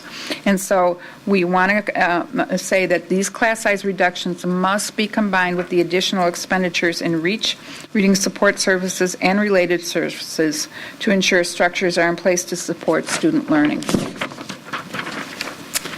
And then there are some additional reductions that were not previously considered. Would be some restructuring on technology for $30,000 savings, add before and after school bus activity fee for $40,000 to $50,000 in savings, eliminate the funding to the Education Foundation in its entirety for $26,000 in savings, and reduce professional services costs basically in the board line item for $15,000 to $30,000. That would be about $136,000 at max savings. So here's a revised reduction summary. As you can see, with some of those changes, the areas that were ranked in there come down to $2,732,501. And then, if you add in the additional reductions that we're recommending, that's another $1,466,297.97. So the grand total reductions would be $4,198,798. That's just the reductions. So I'm going to turn this over to Dr. Krizik, who's going to go over now our revised recommendations for additions. So this just shows you what the level 3 ranking process looked like, with curriculum level 3 ranked at the highest level, meaning the program that was most supported to be allocated additional resources, ending with driver's ed behind the wheel as the program least recommended to be provided with some additional resources. At our last meeting, we had provided you with some new expenditure recommendations based on the belief that in a limited fiscal environment, we needed to learn how to reallocate existing resources in order to further optimize student outcomes. That there are no additional funding sources coming our way, but yet our commitment to, again, being the best school district in the country, our commitment to continuous improvement and embedding a lot of the strategic initiatives as well as supporting staff in their work with enhancing student outcomes, does require reallocation of resources. And so what you're going to see here are some recommendations that help put some systems and structures in place that are not necessarily in place currently, but yet in some of our benchmark districts that have, I'll say, higher class size but outperform us, they already have some of these structures and systems in place. So at our last meeting on February 8th, we had 7 items on this list, and we've reduced it to 6. We're continuing to maintain that the Director of Research and Assessment position, along with staff and equipment, is a critical structural component in order to support the work at the district, but more importantly at the school level. We are recommending the addition of 2 new reading specialists at the middle school level for a new expenditure of $128,400. You might say, well, which middle schools are they going to? We're of the belief that we allocate staff based on need, not based on just making a decision to say each school is going to get the same, but we look at what the need is, and so that need might change from year to year. As this year, as the elementary principals worked incredibly hard to put block scheduling in to begin the implementation of flexible grouping to advance student learning, we saw that our own REACH program could contribute to further impacting literacy and math instruction, not just for kids at the highest level, but for all kids, by altering what our REACH program structure looks like by having a full-time REACH teacher at each school, which is an increase of 3.5 FTE for a new expenditure of $245,000. The Early Childhood at Risk program, again, we've shared with you it's a competitive grant process. We further investigated again today, and we looked at the grant proposal. One of the big pieces is our ability to evidence poverty. We don't have the ability to evidence high levels of poverty. It is a competitive grant. There's always the remote chance that we might get it, but our information, and Ms. Schnorr recently had went to a webinar on the pre-K grant. Was there any new information that you heard with that, Ms. Schnorr? Just that it was going to be competitive, but they didn't really outline exactly what the requirements were going to be. I think it's going to depend on the number of people or the number of districts that actually apply for it. So the good news is that if we were awarded that competitive grant, that just puts in $100,000 back into our budget. That's what it does. So that's a good thing. The next piece is the related services piece. We are recommending 1.5 FTE in psychologists. We are continuing our implementation of response to intervention, and we feel that having additional psychologists in place to help support the work of RTI teams throughout the district is critical, and that's an additional structural support for them. And then in order to ensure that we have the full continuum of special education services at York, the REAL program needs to be a full-time program, not a part-time program. That would require an additional .2 social worker, an additional .2 teacher at York for a new expenditure of $30,000. There could be potential added revenue savings if we are able to fully support students at York, get them fully engaged at their home school. They may have a better chance of being successful with their educational outcomes as opposed to being outplaced, and so we might have less outplacements for students. The goal would, though, is to be able to, right now we cannot say that we have the full continuum of services for kids with a social emotional disability at York, and we really feel that we need to put that structure in place as we all continue to advocate for the needs of special education students. So in the revised new expenditure recommendations, we originally proposed $1,038,746. This revision shows $798,746 with a net change of $240,000.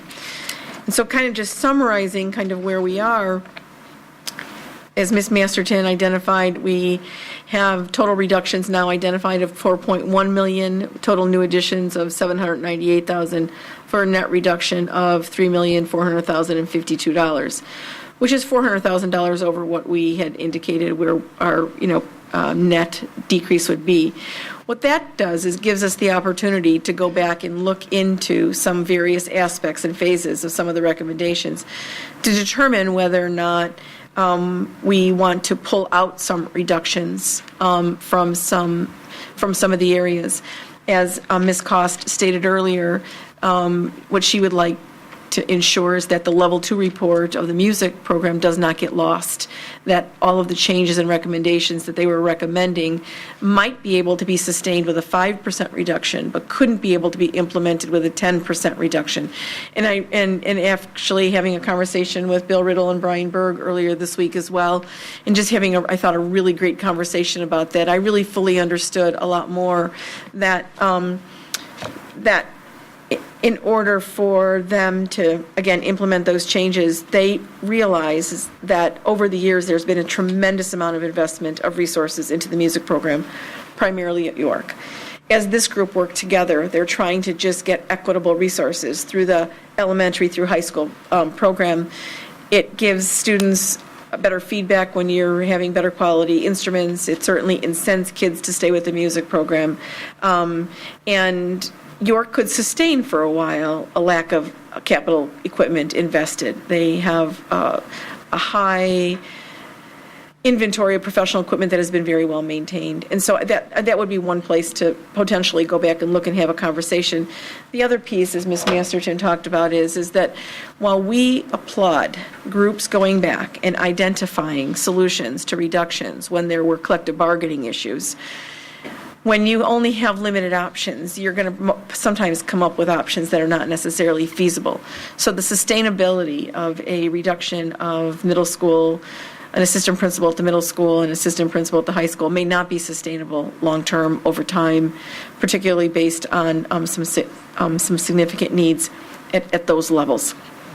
So not that you're going to, there's still lots of deliberation about the recommended reductions, whether you agree or not agree with them, but it gets us to $3.4 million, again, room to play with.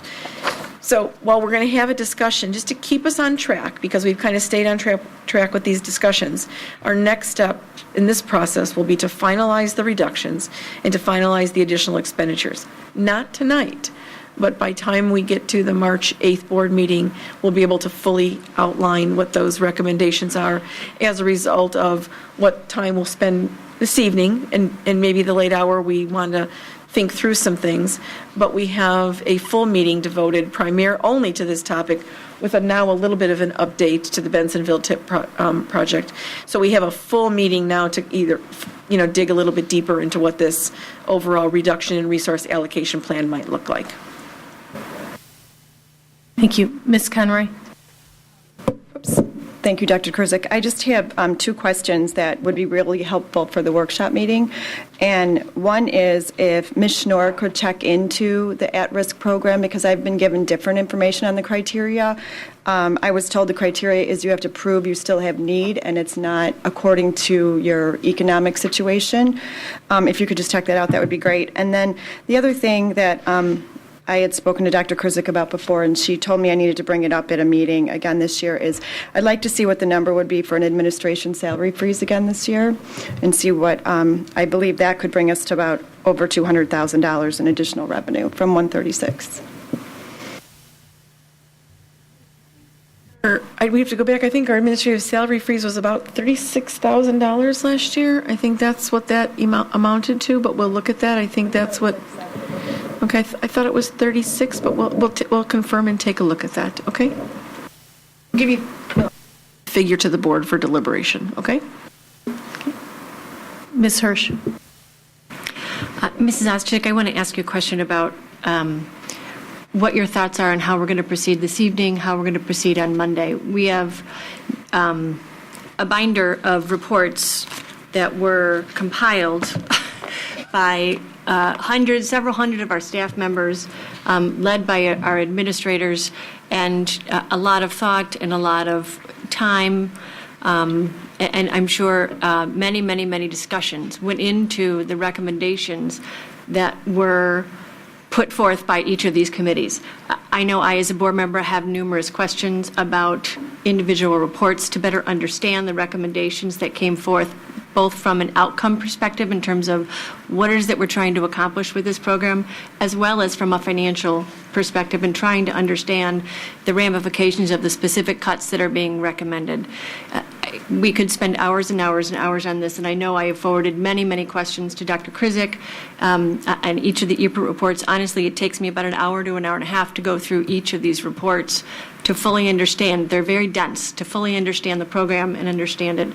Can you just please lay out what your thoughts are, on the board's opportunity to ask questions about the individual reports, the board's opportunity to ask questions about the revised reports and specific recommendations that were made, as well as when the board is going to be, at the point where we're ready to have a discussion about what cuts or increases we're comfortable supporting and can recommend to move forward. In regard to asking questions on the reports, if you've forwarded your questions, great. If there are questions that the administration has information to respond to, you should get an immediate response. If there are questions that require a significant amount of additional work, then that question really needs to come back to the board, and we need to make the determination if we want to direct the administrative resources to work on that versus other matters. So if there are specific questions that you have that haven't been addressed, and I guess that we would look for feedback on those items that we're not able to provide a pretty quick response to, then we need as a board to make a decision, because it's about resources. You have so many people and they have so much work to do. So I've seen that, people have been asking their questions as they go. If there are questions on the revisions, I would say these revisions supersede the original recommendation. So we should be focusing on the positions as they are laid out today, as opposed to backtracking, because these are considered to be superior to where we started, and these have evolved from input, recommendations, additional research. We heard from the initial recommendations that some of the things that were put out weren't possible. I mean, you can't cut janitorial services in your building and think that that's a reasonable action to take, or things that are addressed through contracts and negotiations. Those are things beyond our ability to manage. So I guess I would put it back to you, Ms. Hirsch. The object tonight is to look at the revised recommendations and continue to evolve these. Let's ask our questions. If there's things that we want more information on, we need to get input back if it's reasonable to get the level of detail we want, or what options are available to help answer our questions. Mr. Kralquist. Thank you. First of all, in our zeal to get prepared for the workshop discussion and our focus on trying to get a job in, I wanted to take a moment and just give credit where credit is due. This evening the board received the presentation of these amended reports, which is at the direction or the request of the board and the administration, and I want to say thank you to the groups that did extra duty at our request. This is a stressful process to begin with. It's imperfect. It's our first time through it. It's producing, I think, great value. The transparency in the data is fabulous. And at the same time, I think we all have to recognize that many of our staff members who provided invaluable input, they didn't sign up for, well, maybe they didn't in many of these cases, but perhaps their preference was not to wear a green eye shade and play junior Pat Masterton kind of a role here. So I think all of us are learning as we go through have learned as we go through this process. And so again, I wanted to not only thank those who did the extra work, and of course commend everyone who served on one of these committees and have gotten us to this point.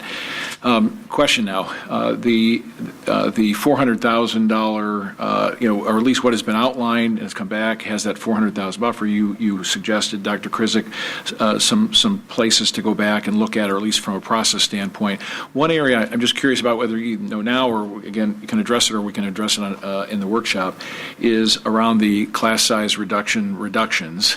Oftentimes we know that the way that where student population lands, we don't know until late summer. Often it's 6-day enrollment numbers, and that can lead to some cases some significant personnel swings that would require staffing, hiring late in the game. In the budget, is there a buffer that's built to shift staff to address that, or does some of that reduction, so to speak, of that $400,000 need to be held in reserve at all for uncertainties with where staffing, so that we can stick to or meet the revised class reduction or class size averages?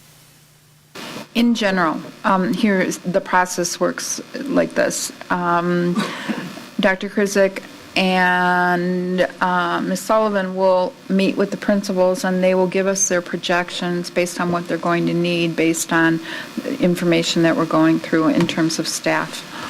We kind of lay out our budget that way, and then we start watching the numbers and watching where the projections are in comparison to the CASARDA projections, in comparison to what the principals think they're going to need.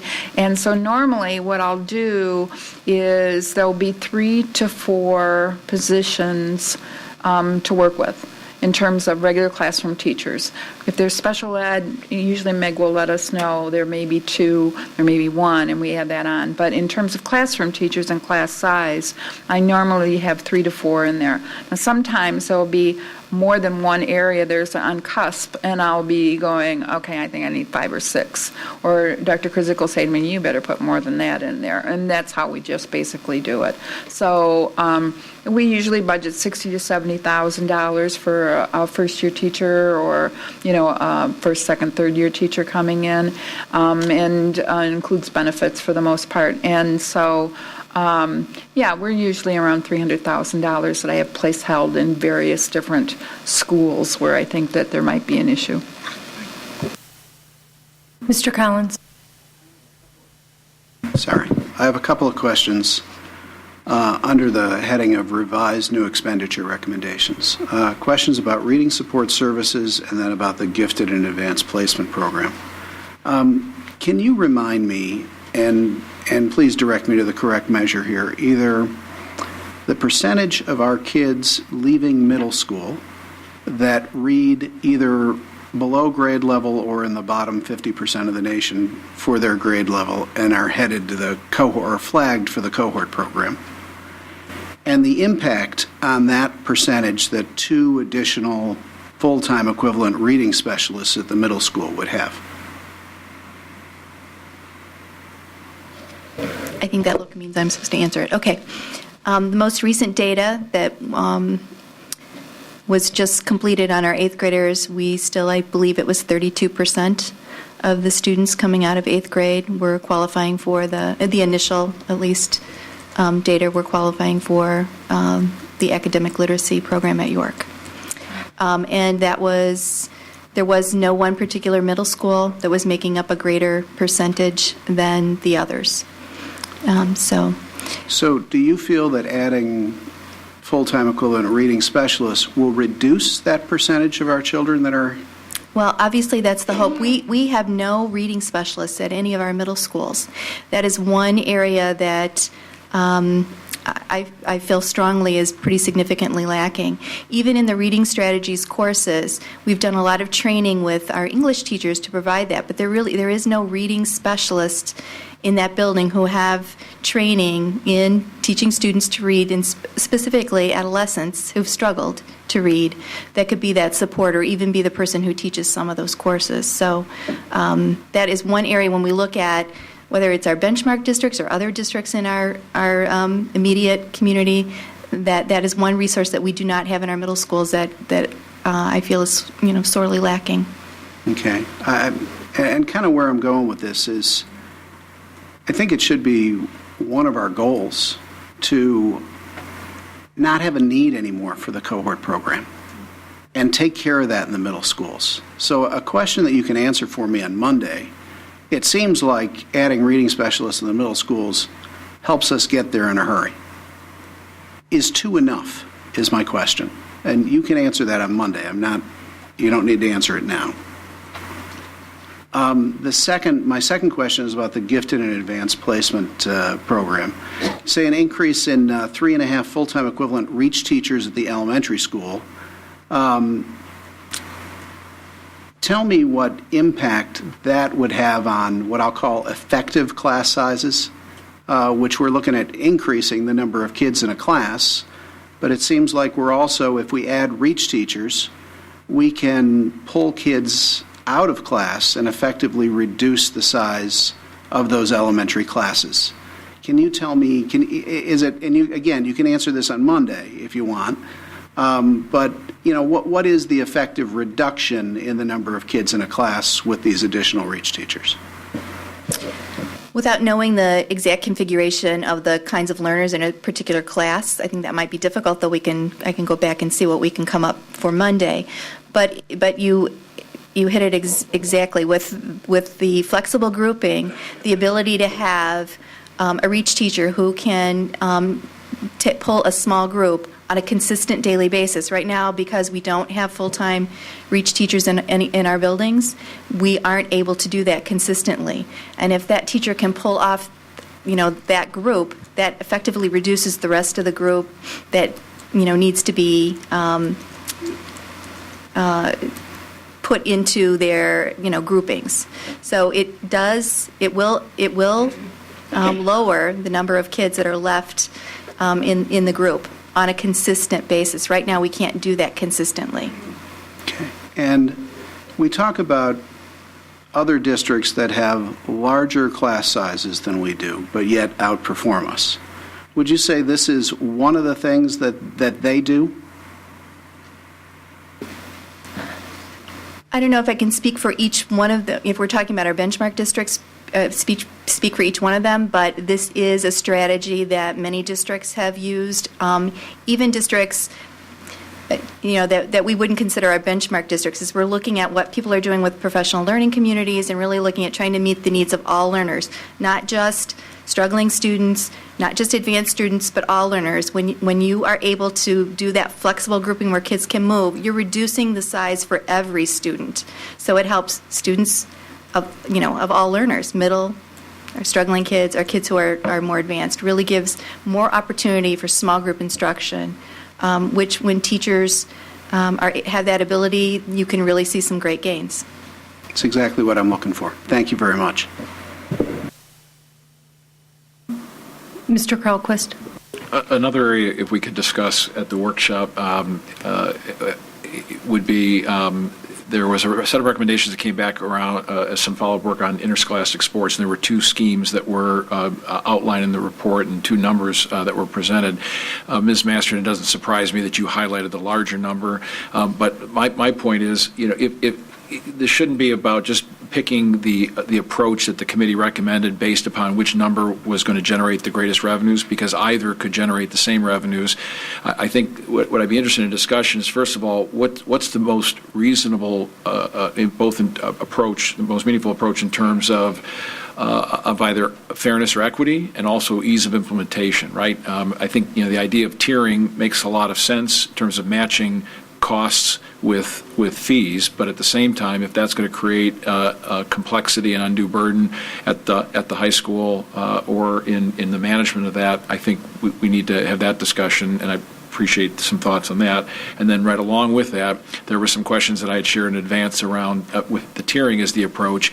Do the recommended tiers match to what the costs, the per student costs were? There seemed to be some contradictions both in terms of the recommended that came back from the committee and what the original data said in terms of the stratification of the costs were. So if you could look at those things for us. Thank you. Ms. Conroy. In addition to what Mr. Kalquist said, I was also thinking about that, and I'm wondering, can we get the information on approximately how many kids are involved in more than one sport per year? I think that's something we need to take into consideration in terms of $160. Last year, my son was a 3-season athlete. $160 3 times a year could be rather difficult for some families. So I think that might be important in how we decide how to structure the fees. Comments to that? I thought that distribution was in the EPRT report, but we'll ask Mr. Rudder for that information. But there's currently a practice in place right now that sets a maximum amount of fee for families with more than one kid, and that piece too. I can certainly talk to Mr. Rudder about what his recommendation would be for that, but there's an existing structure for that. Currently, students are not paying, I don't think, $330. So there is a structure that's in place. You did? Well, it's because you're a board member, okay? No, I'm and teasing. the district thanks you. But I think it's probably a family piece as opposed to. You know what? It was your lucky day, okay? But there is and I believe it might even be in the athletic handbook what that looks like. But I'll ask for clarification on that from Mr. Rudder as well. I'm just going to clarify that because I think it's important to understand what we think a typical family fees would look at. And another piece that we're potentially layering to this is the after-school activity bus fee. So if kids can't take the bus, so I think it'd be good to be able to see what we think that financial picture is going to look like, because at some point, it's great to be able to raise fees to try to afford the program, but if we've made it unaffordable, we haven't really salvaged anything. Yeah, Mr. Crawford. Just one of the, again, not trying to create a lot of work, so I wouldn't do this comprehensively across the sports, but I think one of the things that would also help, and we've spent entire meetings to just user fees around these kinds of things, so I know this is just one piece, but the other dimension that I think would be worthwhile to look at as we try to evaluate in aggregate the costs of these sports and the transportation and the like, is what the alternative costs are to students that might pursue these kinds of endeavors on the private side. So club kinds of sports, whether it be Team Elmhurst, Airborne, volleyball programs, and so forth. Just a few as a comparison to what our fee structure would look like. Thank you. Ms. Hirsch? I'm going to piggyback on something Mr. Carlquist said in terms of the tiered structure of fees for the athletics programs. There were a couple in the recommendations that did come to the board that seemed out of whack. They came up with an average cost per sport for each of the sports, and then they came up with 4 categories: first tier, second tier, third tier, fourth tier. There are some in between third and fourth that should be switched if you've looked at it on an average cost. So it's a nit detail, but it makes a difference. I think there needs to be some rationale, some thinking behind. If we're going to ask families to pay $200 for a sport, we're asking for an increased fee because the cost of implementing that sport is greater. So I think there needs to be some rationale in that. Overall, I just want to make a comment about fees.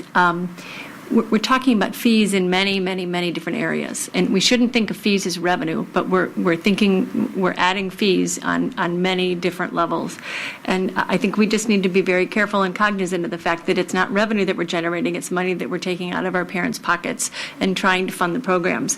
And I agree with you, Mr. Carlquist, there is some relative comparison to being in club volleyball versus playing volleyball for your high school, but it is part of the public education system, and I do believe that the athletics program does add a lot of opportunity for social, emotional learning and support, and I do think it is a very important part of our athletics program. But I would also like to communicate back to those coaches and the entire athletic program that although we might be increasing the fees that we're asking our parents to contribute to the support of those sports, we're also looking to reduce and tighten up the costs for each of the programs. I still want to know, basketball spends $10,000 a year on basketballs. There's still an expense there that doesn't seem to make sense to me. So I know some equipment can be expensive, but there are some inconsistencies and some things that I would like to get tightened up. And as I say, we need to be careful of fees. The one thing that is very clearly out of whack is in driver's education. Our fee for providing the services of educating our children and teaching them to drive is one of the lowest in all of our neighboring districts, and it is way below what a person who chose to sign their student up through a private organization would pay. And we are providing extra services, extra hours as we do that. So that is one thing that I would like to take a look at as taking into consideration the fees that we charge for the driver's education program. I did have one additional question specifically on the art program. There's a recommendation that's coming forth. I think it's included in the revised recommendations and looking at adding, again, another fee at the high school level. The question that I have that was not clear to me is the original recommendation for the 10% cut included a 0.75 FTE reduction in art staff. And it was not clear to me in the report at what level that staffing cut would be made, if that was across all 3 levels of art instruction or if that was at the high school, middle school, or elementary. And I think that is important to understand. I'll respond to it rather quickly. One is that the way the committee wrote the report is they could not commit to which level. They indicated that a 0.75 FTE reduction would help solve the 10% reduction. We are of the belief that the 0.75, again, can't be taken out of the elementary because it's going to have the adverse impact on the block scheduling for flexible grouping. So that leaves us 2 areas, the middle school and or the high school, or it could be shared between both groups. One of the things that we had seen this year at Churchville specifically is that we had a very small incoming 6th grade class. And currently, some of that personnel is allocated to do other things besides art at this point in time. So we can actually take that reduction now, knowing that can be part of the reduction, and there's potentially looking at the rest of that reduction at the high school. So it's going to probably be shared between both of those 2 levels, but our recommendation would be to avoid taking it at the elementary level. Okay. My next question relates to the World Language Program recommendation that came forth. The World Language Program in the elementary school is a program that was brought forth by the administration last year as a potential budget cut, either a reduction or elimination of the elementary World Language Program. And the board last year struggled with looking at this and came up with a compromise where we changed the grade levels in which, and we reduced the overall elementary delivery. And I know we also made some changes in terms of the timing of the delivery so we could fit into block scheduling. At that time, it was my understanding that while we agreed to maintain the program in the elementary school, although it was reduced, that the board was looking to get feedback on the effectiveness of the program as it was being delivered in elementary school, and that we would get some feedback on the effectiveness and how that plays into world languages delivered at the middle school and moving on to the high school. And I would like to see, and again, I'm not going to ask you to answer this question off the top of your head, but I do believe I would like to see some data, some information on the effectiveness of the elementary specific component of the World Languages Program. As we continue to invest in the program, I'd like to see more information about the effectiveness. Mr. Collins. On the subject of fees, and certainly once this year's budget is behind us, but at some future meeting, I would really like to devote a workshop topic to a discussion with our community about fees, and so that we know that we're setting the right proportion of fees for our community. Because when the budget was tight back 7 years ago, the board added fees. Now the budget's tight again, the board's adding fees.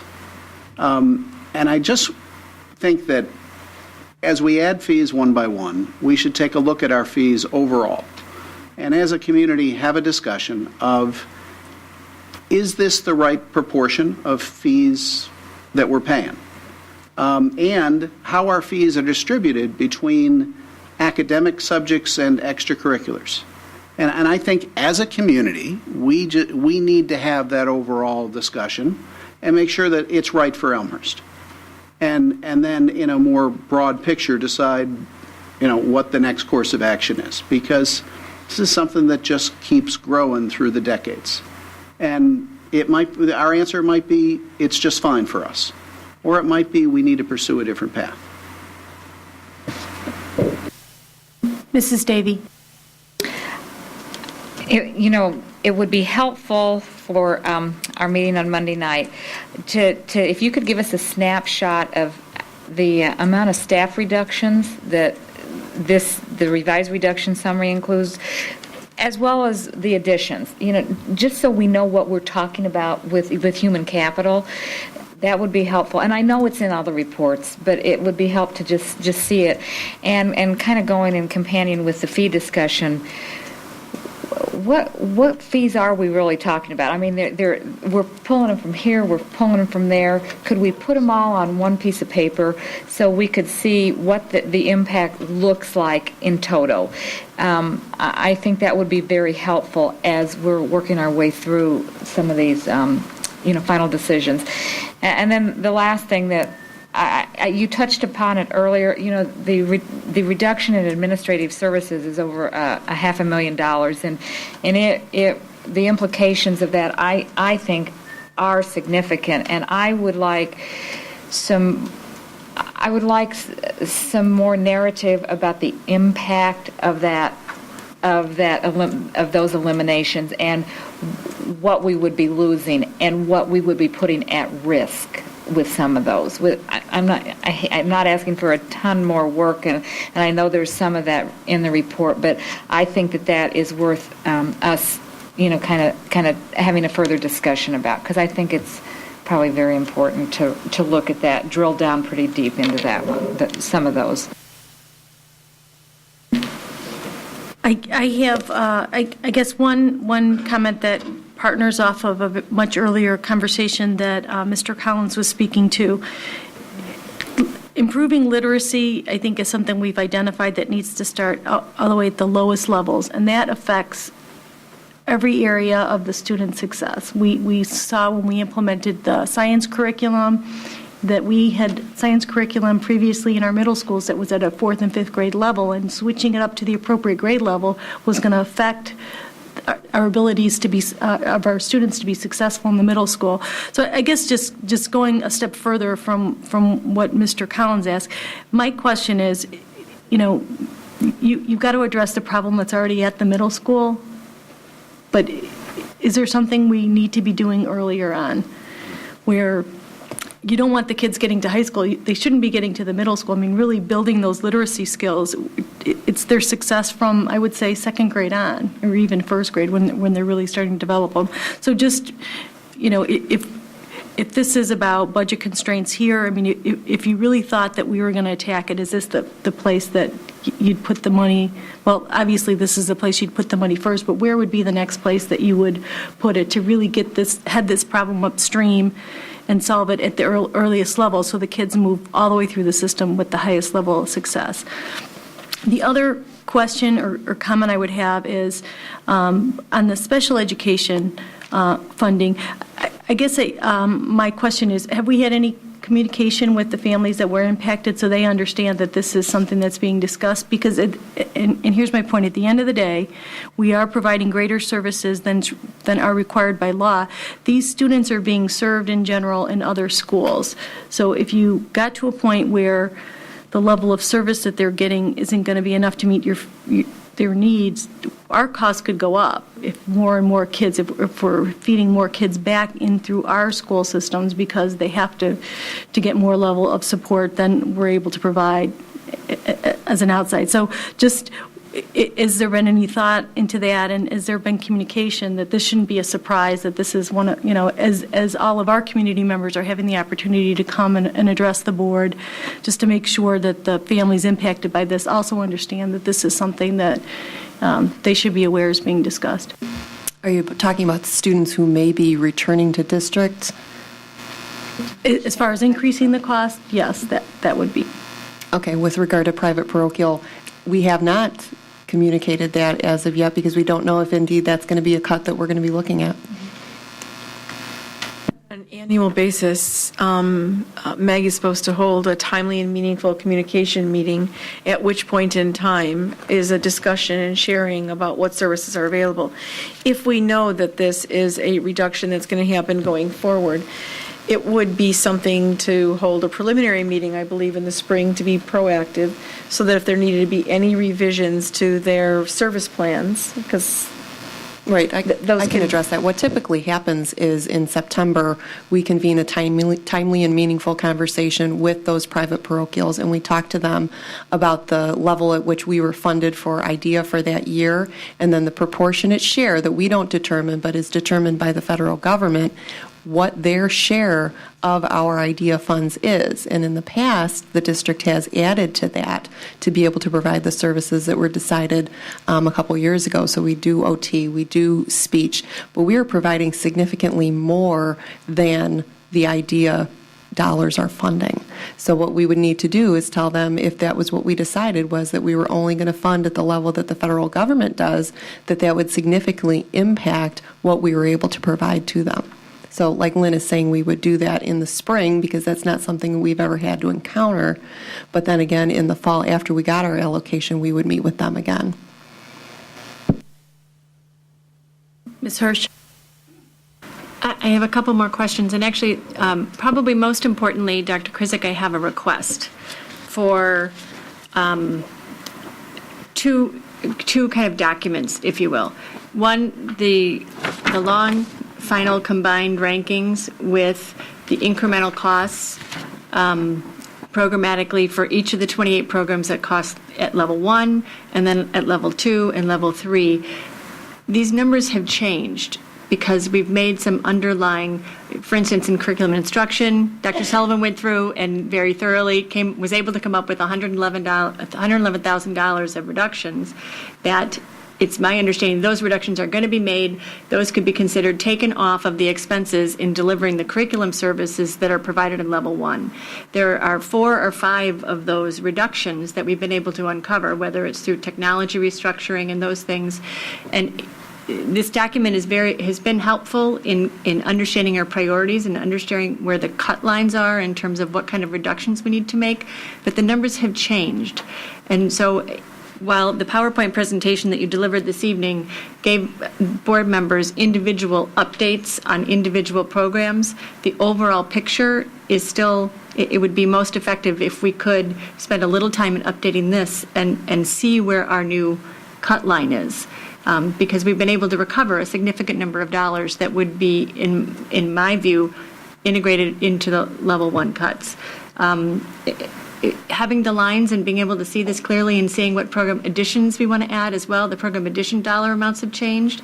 And while I appreciate the PowerPoint presentation, it's hard to put it all into one place and clearly delineate what it is from a programmatic standpoint that we are going to only be funding at level 1, and what programs we're willing and able to fund at level 2, and what potential changes we're going to be making and adding back in that are level 3. I think the combination of the EPRT reports along with this ranking form would be very helpful. The other thing that you may let us know that you don't have the time to do, but buried in this very large book are lots of very detailed, specific recommendations in terms of what's going to happen to each of these programs that are going to be cut. And while we've highlighted some of the discussions, I think, Marty, kind of going along to what you were talking about, it would be helpful both from an FTE standpoint. Here are the changes that are going to happen in the music program, and this is what we're looking at, a summary. I'm not looking for a long narrative, but here are all of the budget cuts that 205 is planning on making, and making that available to the board and available to the public so that it is very clear what exact cuts we are going to be making for next year. I think all of the information that's out there, I think we've taken great strides to be very transparent, but sometimes too much information means information, you can't find the information you're really looking for, and it's not meaningful. I think we could do a great service to our constituents, to our parents, to our teachers, to our families, to help them understand what specific recommendations. Just the top line, this is what we're talking about. Mrs. Deroni. Isn't that in this presentation right here that we got tonight? No. This presentation does not outline how many teachers and what reductions are going to be made for the levels that are here. This is a dollar amount, this is special ed, this is what we're going to be doing. Here are the supplies, equipment, and dues and fees, curriculum and instruction. This is not detailing what cuts have been made and what cuts are going to be moved forward. I would ask Dr. Krizik or maybe Ms. Masterton just to talk about what's been requested, what the level of work. I mean, what's reasonable to get back here, and I'm looking for some input. So it's Tuesday. Wait, let me just say it's Tuesday. It's reasonable for you probably to get information Monday night, to look at it Monday night. We have an Institute Day on Friday, which everybody is fully engaged in. We are interviewing the first round of HR candidates on Friday. We originally were doing the elementary principals on Monday. We shifted those to Wednesday. So I think that for you to see the whole piece based on some of the things,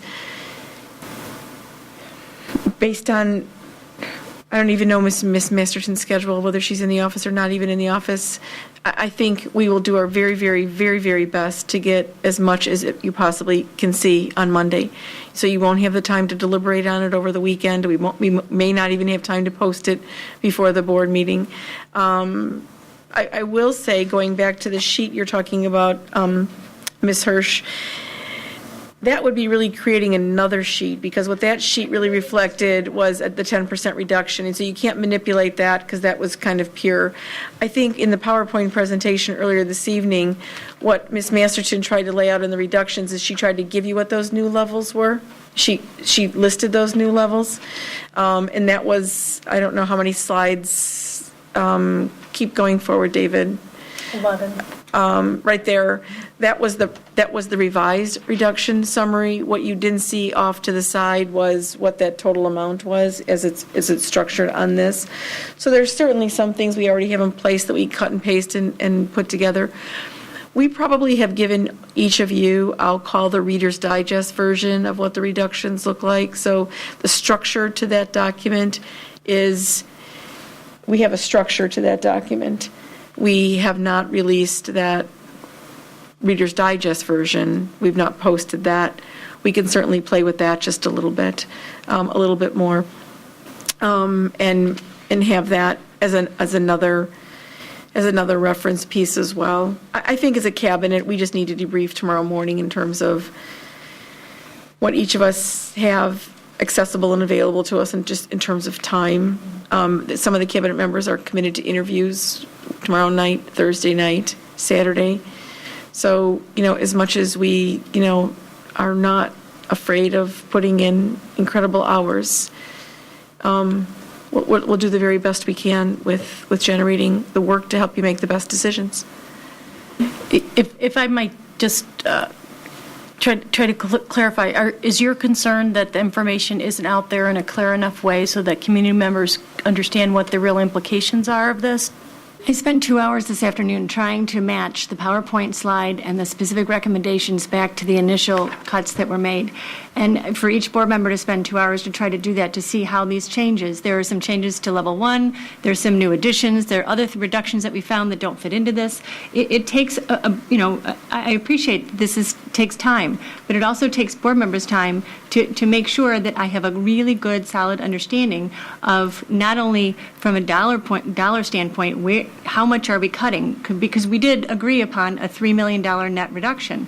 So I'm trying to see where that breaking point is, and I'm trying to see which exact program on level 2. And these numbers, while it's very helpful, what I started to do at home is create my second, a revision. I retyped all this stuff, put another set of columns in, started making all the changes and assumptions that I could get to the right line. So I know exactly which programs are going to make the cut and which are not. And so I'd be happy to send you the Excel spreadsheet. I already started. But I do think in terms of being able to look at this in one sheet and understand where the cut lines are and which programs we're going to be adding and what assumptions have been built in, the assumptions have changed. So I want to make sure I understand all the assumptions that are being built in. That's my point. Ms. Masterton. I think maybe the one thing that is problematic for us in terms of that spreadsheet is that the spreadsheet is based on some scenarios based on 10%. And that's really what it is, 10%. It's keeping it level, 10% reduction, 10% increase. And it is a basis for starting to make decisions, which is why we presented it the way we did with the recommendations that were, whether they were good recommendations or not so feasible recommendations. That's how we did it. To try to use that same scenario and then adjust it for all those things kind of, it makes it, let's put it this way, it's almost impossible to do it because we're not recommending necessarily in every case a 10% reduction. We're making recommendations based on a lower percentage in some cases and a higher percentage in some cases. Some things that are way above the line have found money. So how does that fit into the line? There's all these different areas in there. So the line is based on this was a way to rank. And now I can take something like this. I can add in the number of staff. I can add in what other information there is from there. But adding it into the ranking sheet is really not following the way the EPIRT process works in terms of that, because we're not necessarily, just as Carpentersville didn't and Batavia didn't, we're not necessarily saying, okay, here's where it is. Because what we're doing is saying, okay, it's here, but this is a 0, and over here we're going to add that much in, and here's some extra stuff because we told you that we would bring you back some extra dollars in here, and here's some things that we think we need to spend on. And within all of that, as we presented last time, even though the committees rank certain things higher, we think that we're being more fiscally responsible to follow this and wait and see if we need that in, let's say, in bilingual. So in other words, we need resources. We need reading resources. We need gifted resources. We need some other things. We need to bring the real program back. We don't necessarily need another bilingual teacher, although we appreciate the fact that they do believe that that's important. But right now, we don't have the enrollment for it. And that was one of the things that they ranked. So trying to change those rankings to reflect what we're actually going to do is kind of taking away from the process. We can do a spreadsheet that says, here's what we ended up deciding to do from there, but trying to embed it into the EPERT ranking sheet will be, I honestly do believe it'll be pretty confusing for people. I'll show you what I have after the meeting. Mr. Carlquist. One last piece, hopefully we're near the end of this, but I spoke earlier about the process itself, and given that this is a fledgling process, one of the last request is that I can anticipate that there'll be sort of this collective sigh when we complete this, we achieve the objective, and we go off to implement. It's like, submitting your final paper and just being glad that it's done. But in the spirit of continuous process improvement, could there be some thought given or a recommendation as to how or in what way this process, we can capture the feedback from the participants of this process, what worked, what didn't work, how it could be done better? Because I think now, at the conclusion of this process, is the time to do that, not waiting until we're ready to launch it again. And so I know this is at the risk of extending the length of EPERT's life here in the near term, but if it's appropriate, a set of recommendation as to how we could gather that feedback, have an even better process the next time it goes around. That was always part of our plan, to have a debriefing to lessons learned along the way. We've already received a lot of feedback, but to figure out a way of capturing it in a more systematic way. And Mr. Carlquist, I think one of the things that needs to be considered too is within the budget process, the EPERT process has probably got to be embedded into the whole calendar and the whole process if you're going to continue with it. Because next year you may not be looking at 10% reductions, you might be looking at 1% reductions and 10% increases or 5% increases or something like that. It can be tweaked the way you want it to be tweaked, but it's a process that after the first year, from our understanding, is the most onerous. It's the one where everyone goes through all the angst. And after that, it's sort of kind of an updating process where you start reading that other, as we talked about, the other $25 million that wasn't touched that, might have programs in there that need to be addressed. And so it's a process that needs to be ongoing, and it needs to be embedded into the budget process as well. Okay, thank you. And I think Mr. Carlquist said it earlier. We want to understand as much about this as we can, because we know the effect of this is going to be on our students, on our teachers. I mean, there are decisions that we need to make very responsibly, but not to underestimate the amount of work. So thank you, Dr. Krizik, and to the entire team, and to those committee members that were charged with going back and reevaluating based upon the outcome of our prior discussion. We do appreciate that work and the continuing work that's going on this. We are going to move forward. We have approval of the board minutes from January 25th and February 8th. Are there any amendments or corrections to those minutes as posted? I'm sorry, we just have January 25th. Any amendments? Okay, seeing none, those will be approved as presented. Our next item on our agenda is the superintendent's consent agenda. May I have a motion, please? Mr. Carlquist? I move the approval of the consent agenda. Seconded by Mrs. Conroy. We have financial report, so we need to take a voice vote. Mrs. Walsh, can you please call the roll? Mr. Carlquist? Yes. Ms. Conroy? Yes. Mr. Collins? Yes. Mrs. Davy? Yes. Mrs. Ostichek? Yes. Ms. Hirsch? Yes. Mrs. Droney? Yes. Thank you. 7 ayes, no nays. That motion carries. The next item on our agenda is the approval of the second reading and adoption of the policy manual. And this has been pulled out because we need to have a supermajority or a vote of 5 in order for this to pass. May I have a motion? Ms. Hirsch? I move that the Board of Education approve the second reading and adoption of the new district policy manual, upon which its adoption will replace all existing policies.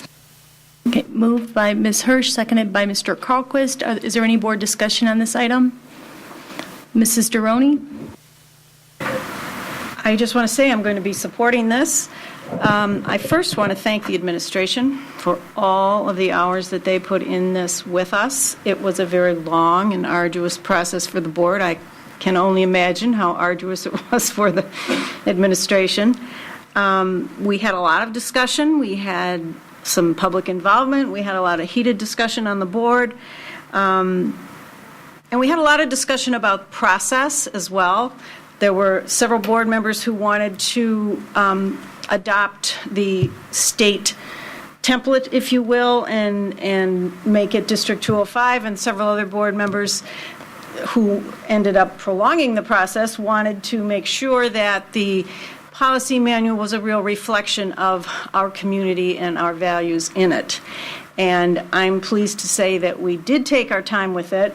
All board members got to contribute what they wanted to say, how they wanted to say it, and it's a good document. No document is perfect. We're going to have to start right away on some additions and corrections and some updates, but I'm pleased that we did the job we did on it, and I will be supporting it. Mr. Collins? Mrs. Deroni, I look forward to those discussions. And in addition to your complimenting the administrative staff, which I truly appreciate, all the time and effort that was put in by all of them, I also want to thank Mrs. Hirsch for her tenacity. And I think that's the right word, that it took through what amounts to almost a 3-year process, certainly longer than either Ms. Hirsch's or my tenure on the board, to finally reach a conclusion, and you've become excellent at herding cats. Thank you very much. Mr. Carlquist?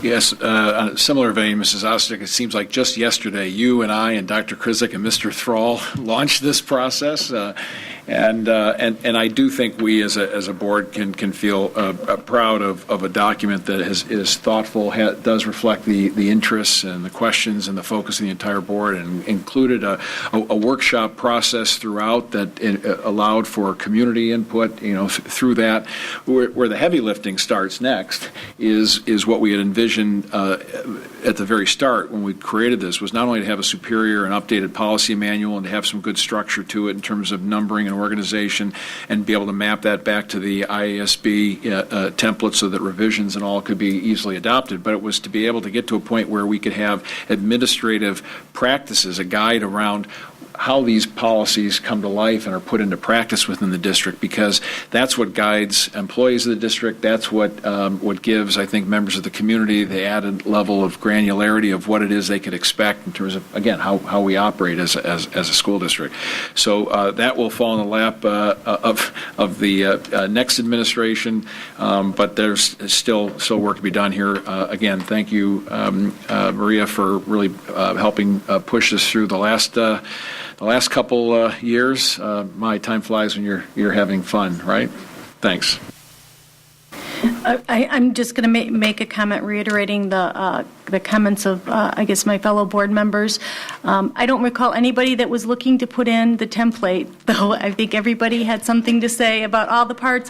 And the IASB representative may have thought their product was superior, but I think we challenged that. And I will just say that I think that every member of the board had a voice in this, and we did have a lot of debate, and people might think that's a divided board, and instead I would challenge it. I think it's made a better end product that we've learned a lot from each other. So I will happily, with much joy, approve this motion tonight. Ms. Hirsch. We've already said thanks to all of ourselves, but the other person that I need to add to the list is Ellen Walsh, the other Ellen Walsh. This lovely Ellen Walsh sits through all of our lengthy board meetings and takes very diligent notes. But the other Ellen Walsh, Dr. Krizik's executive assistant, had to not only sit there through every board policy meeting for 2 years, but not say a word. And not be able to contribute, and yet she noted every comment and every change that we made, which were very numerous. So our thanks go to Ellen Walsh, who is probably home in bed, sleeping, but ready for another long day tomorrow. So thanks in absentia to Ellen. Thank you. Mrs. Walsh, can you please call the roll? Ms. Hirsch. A resounding yes. Mr. Carlquist. Yes. Mr. Collins. Yes. Mrs. Ostojic. Yes. Ms. Conroy. Yes. Mrs. Davy. Yes. Mrs. Droney. Yes. Most excellent, 7 ayes, no nays. We now have a new policy manual. Just a quick announcement on upcoming meetings.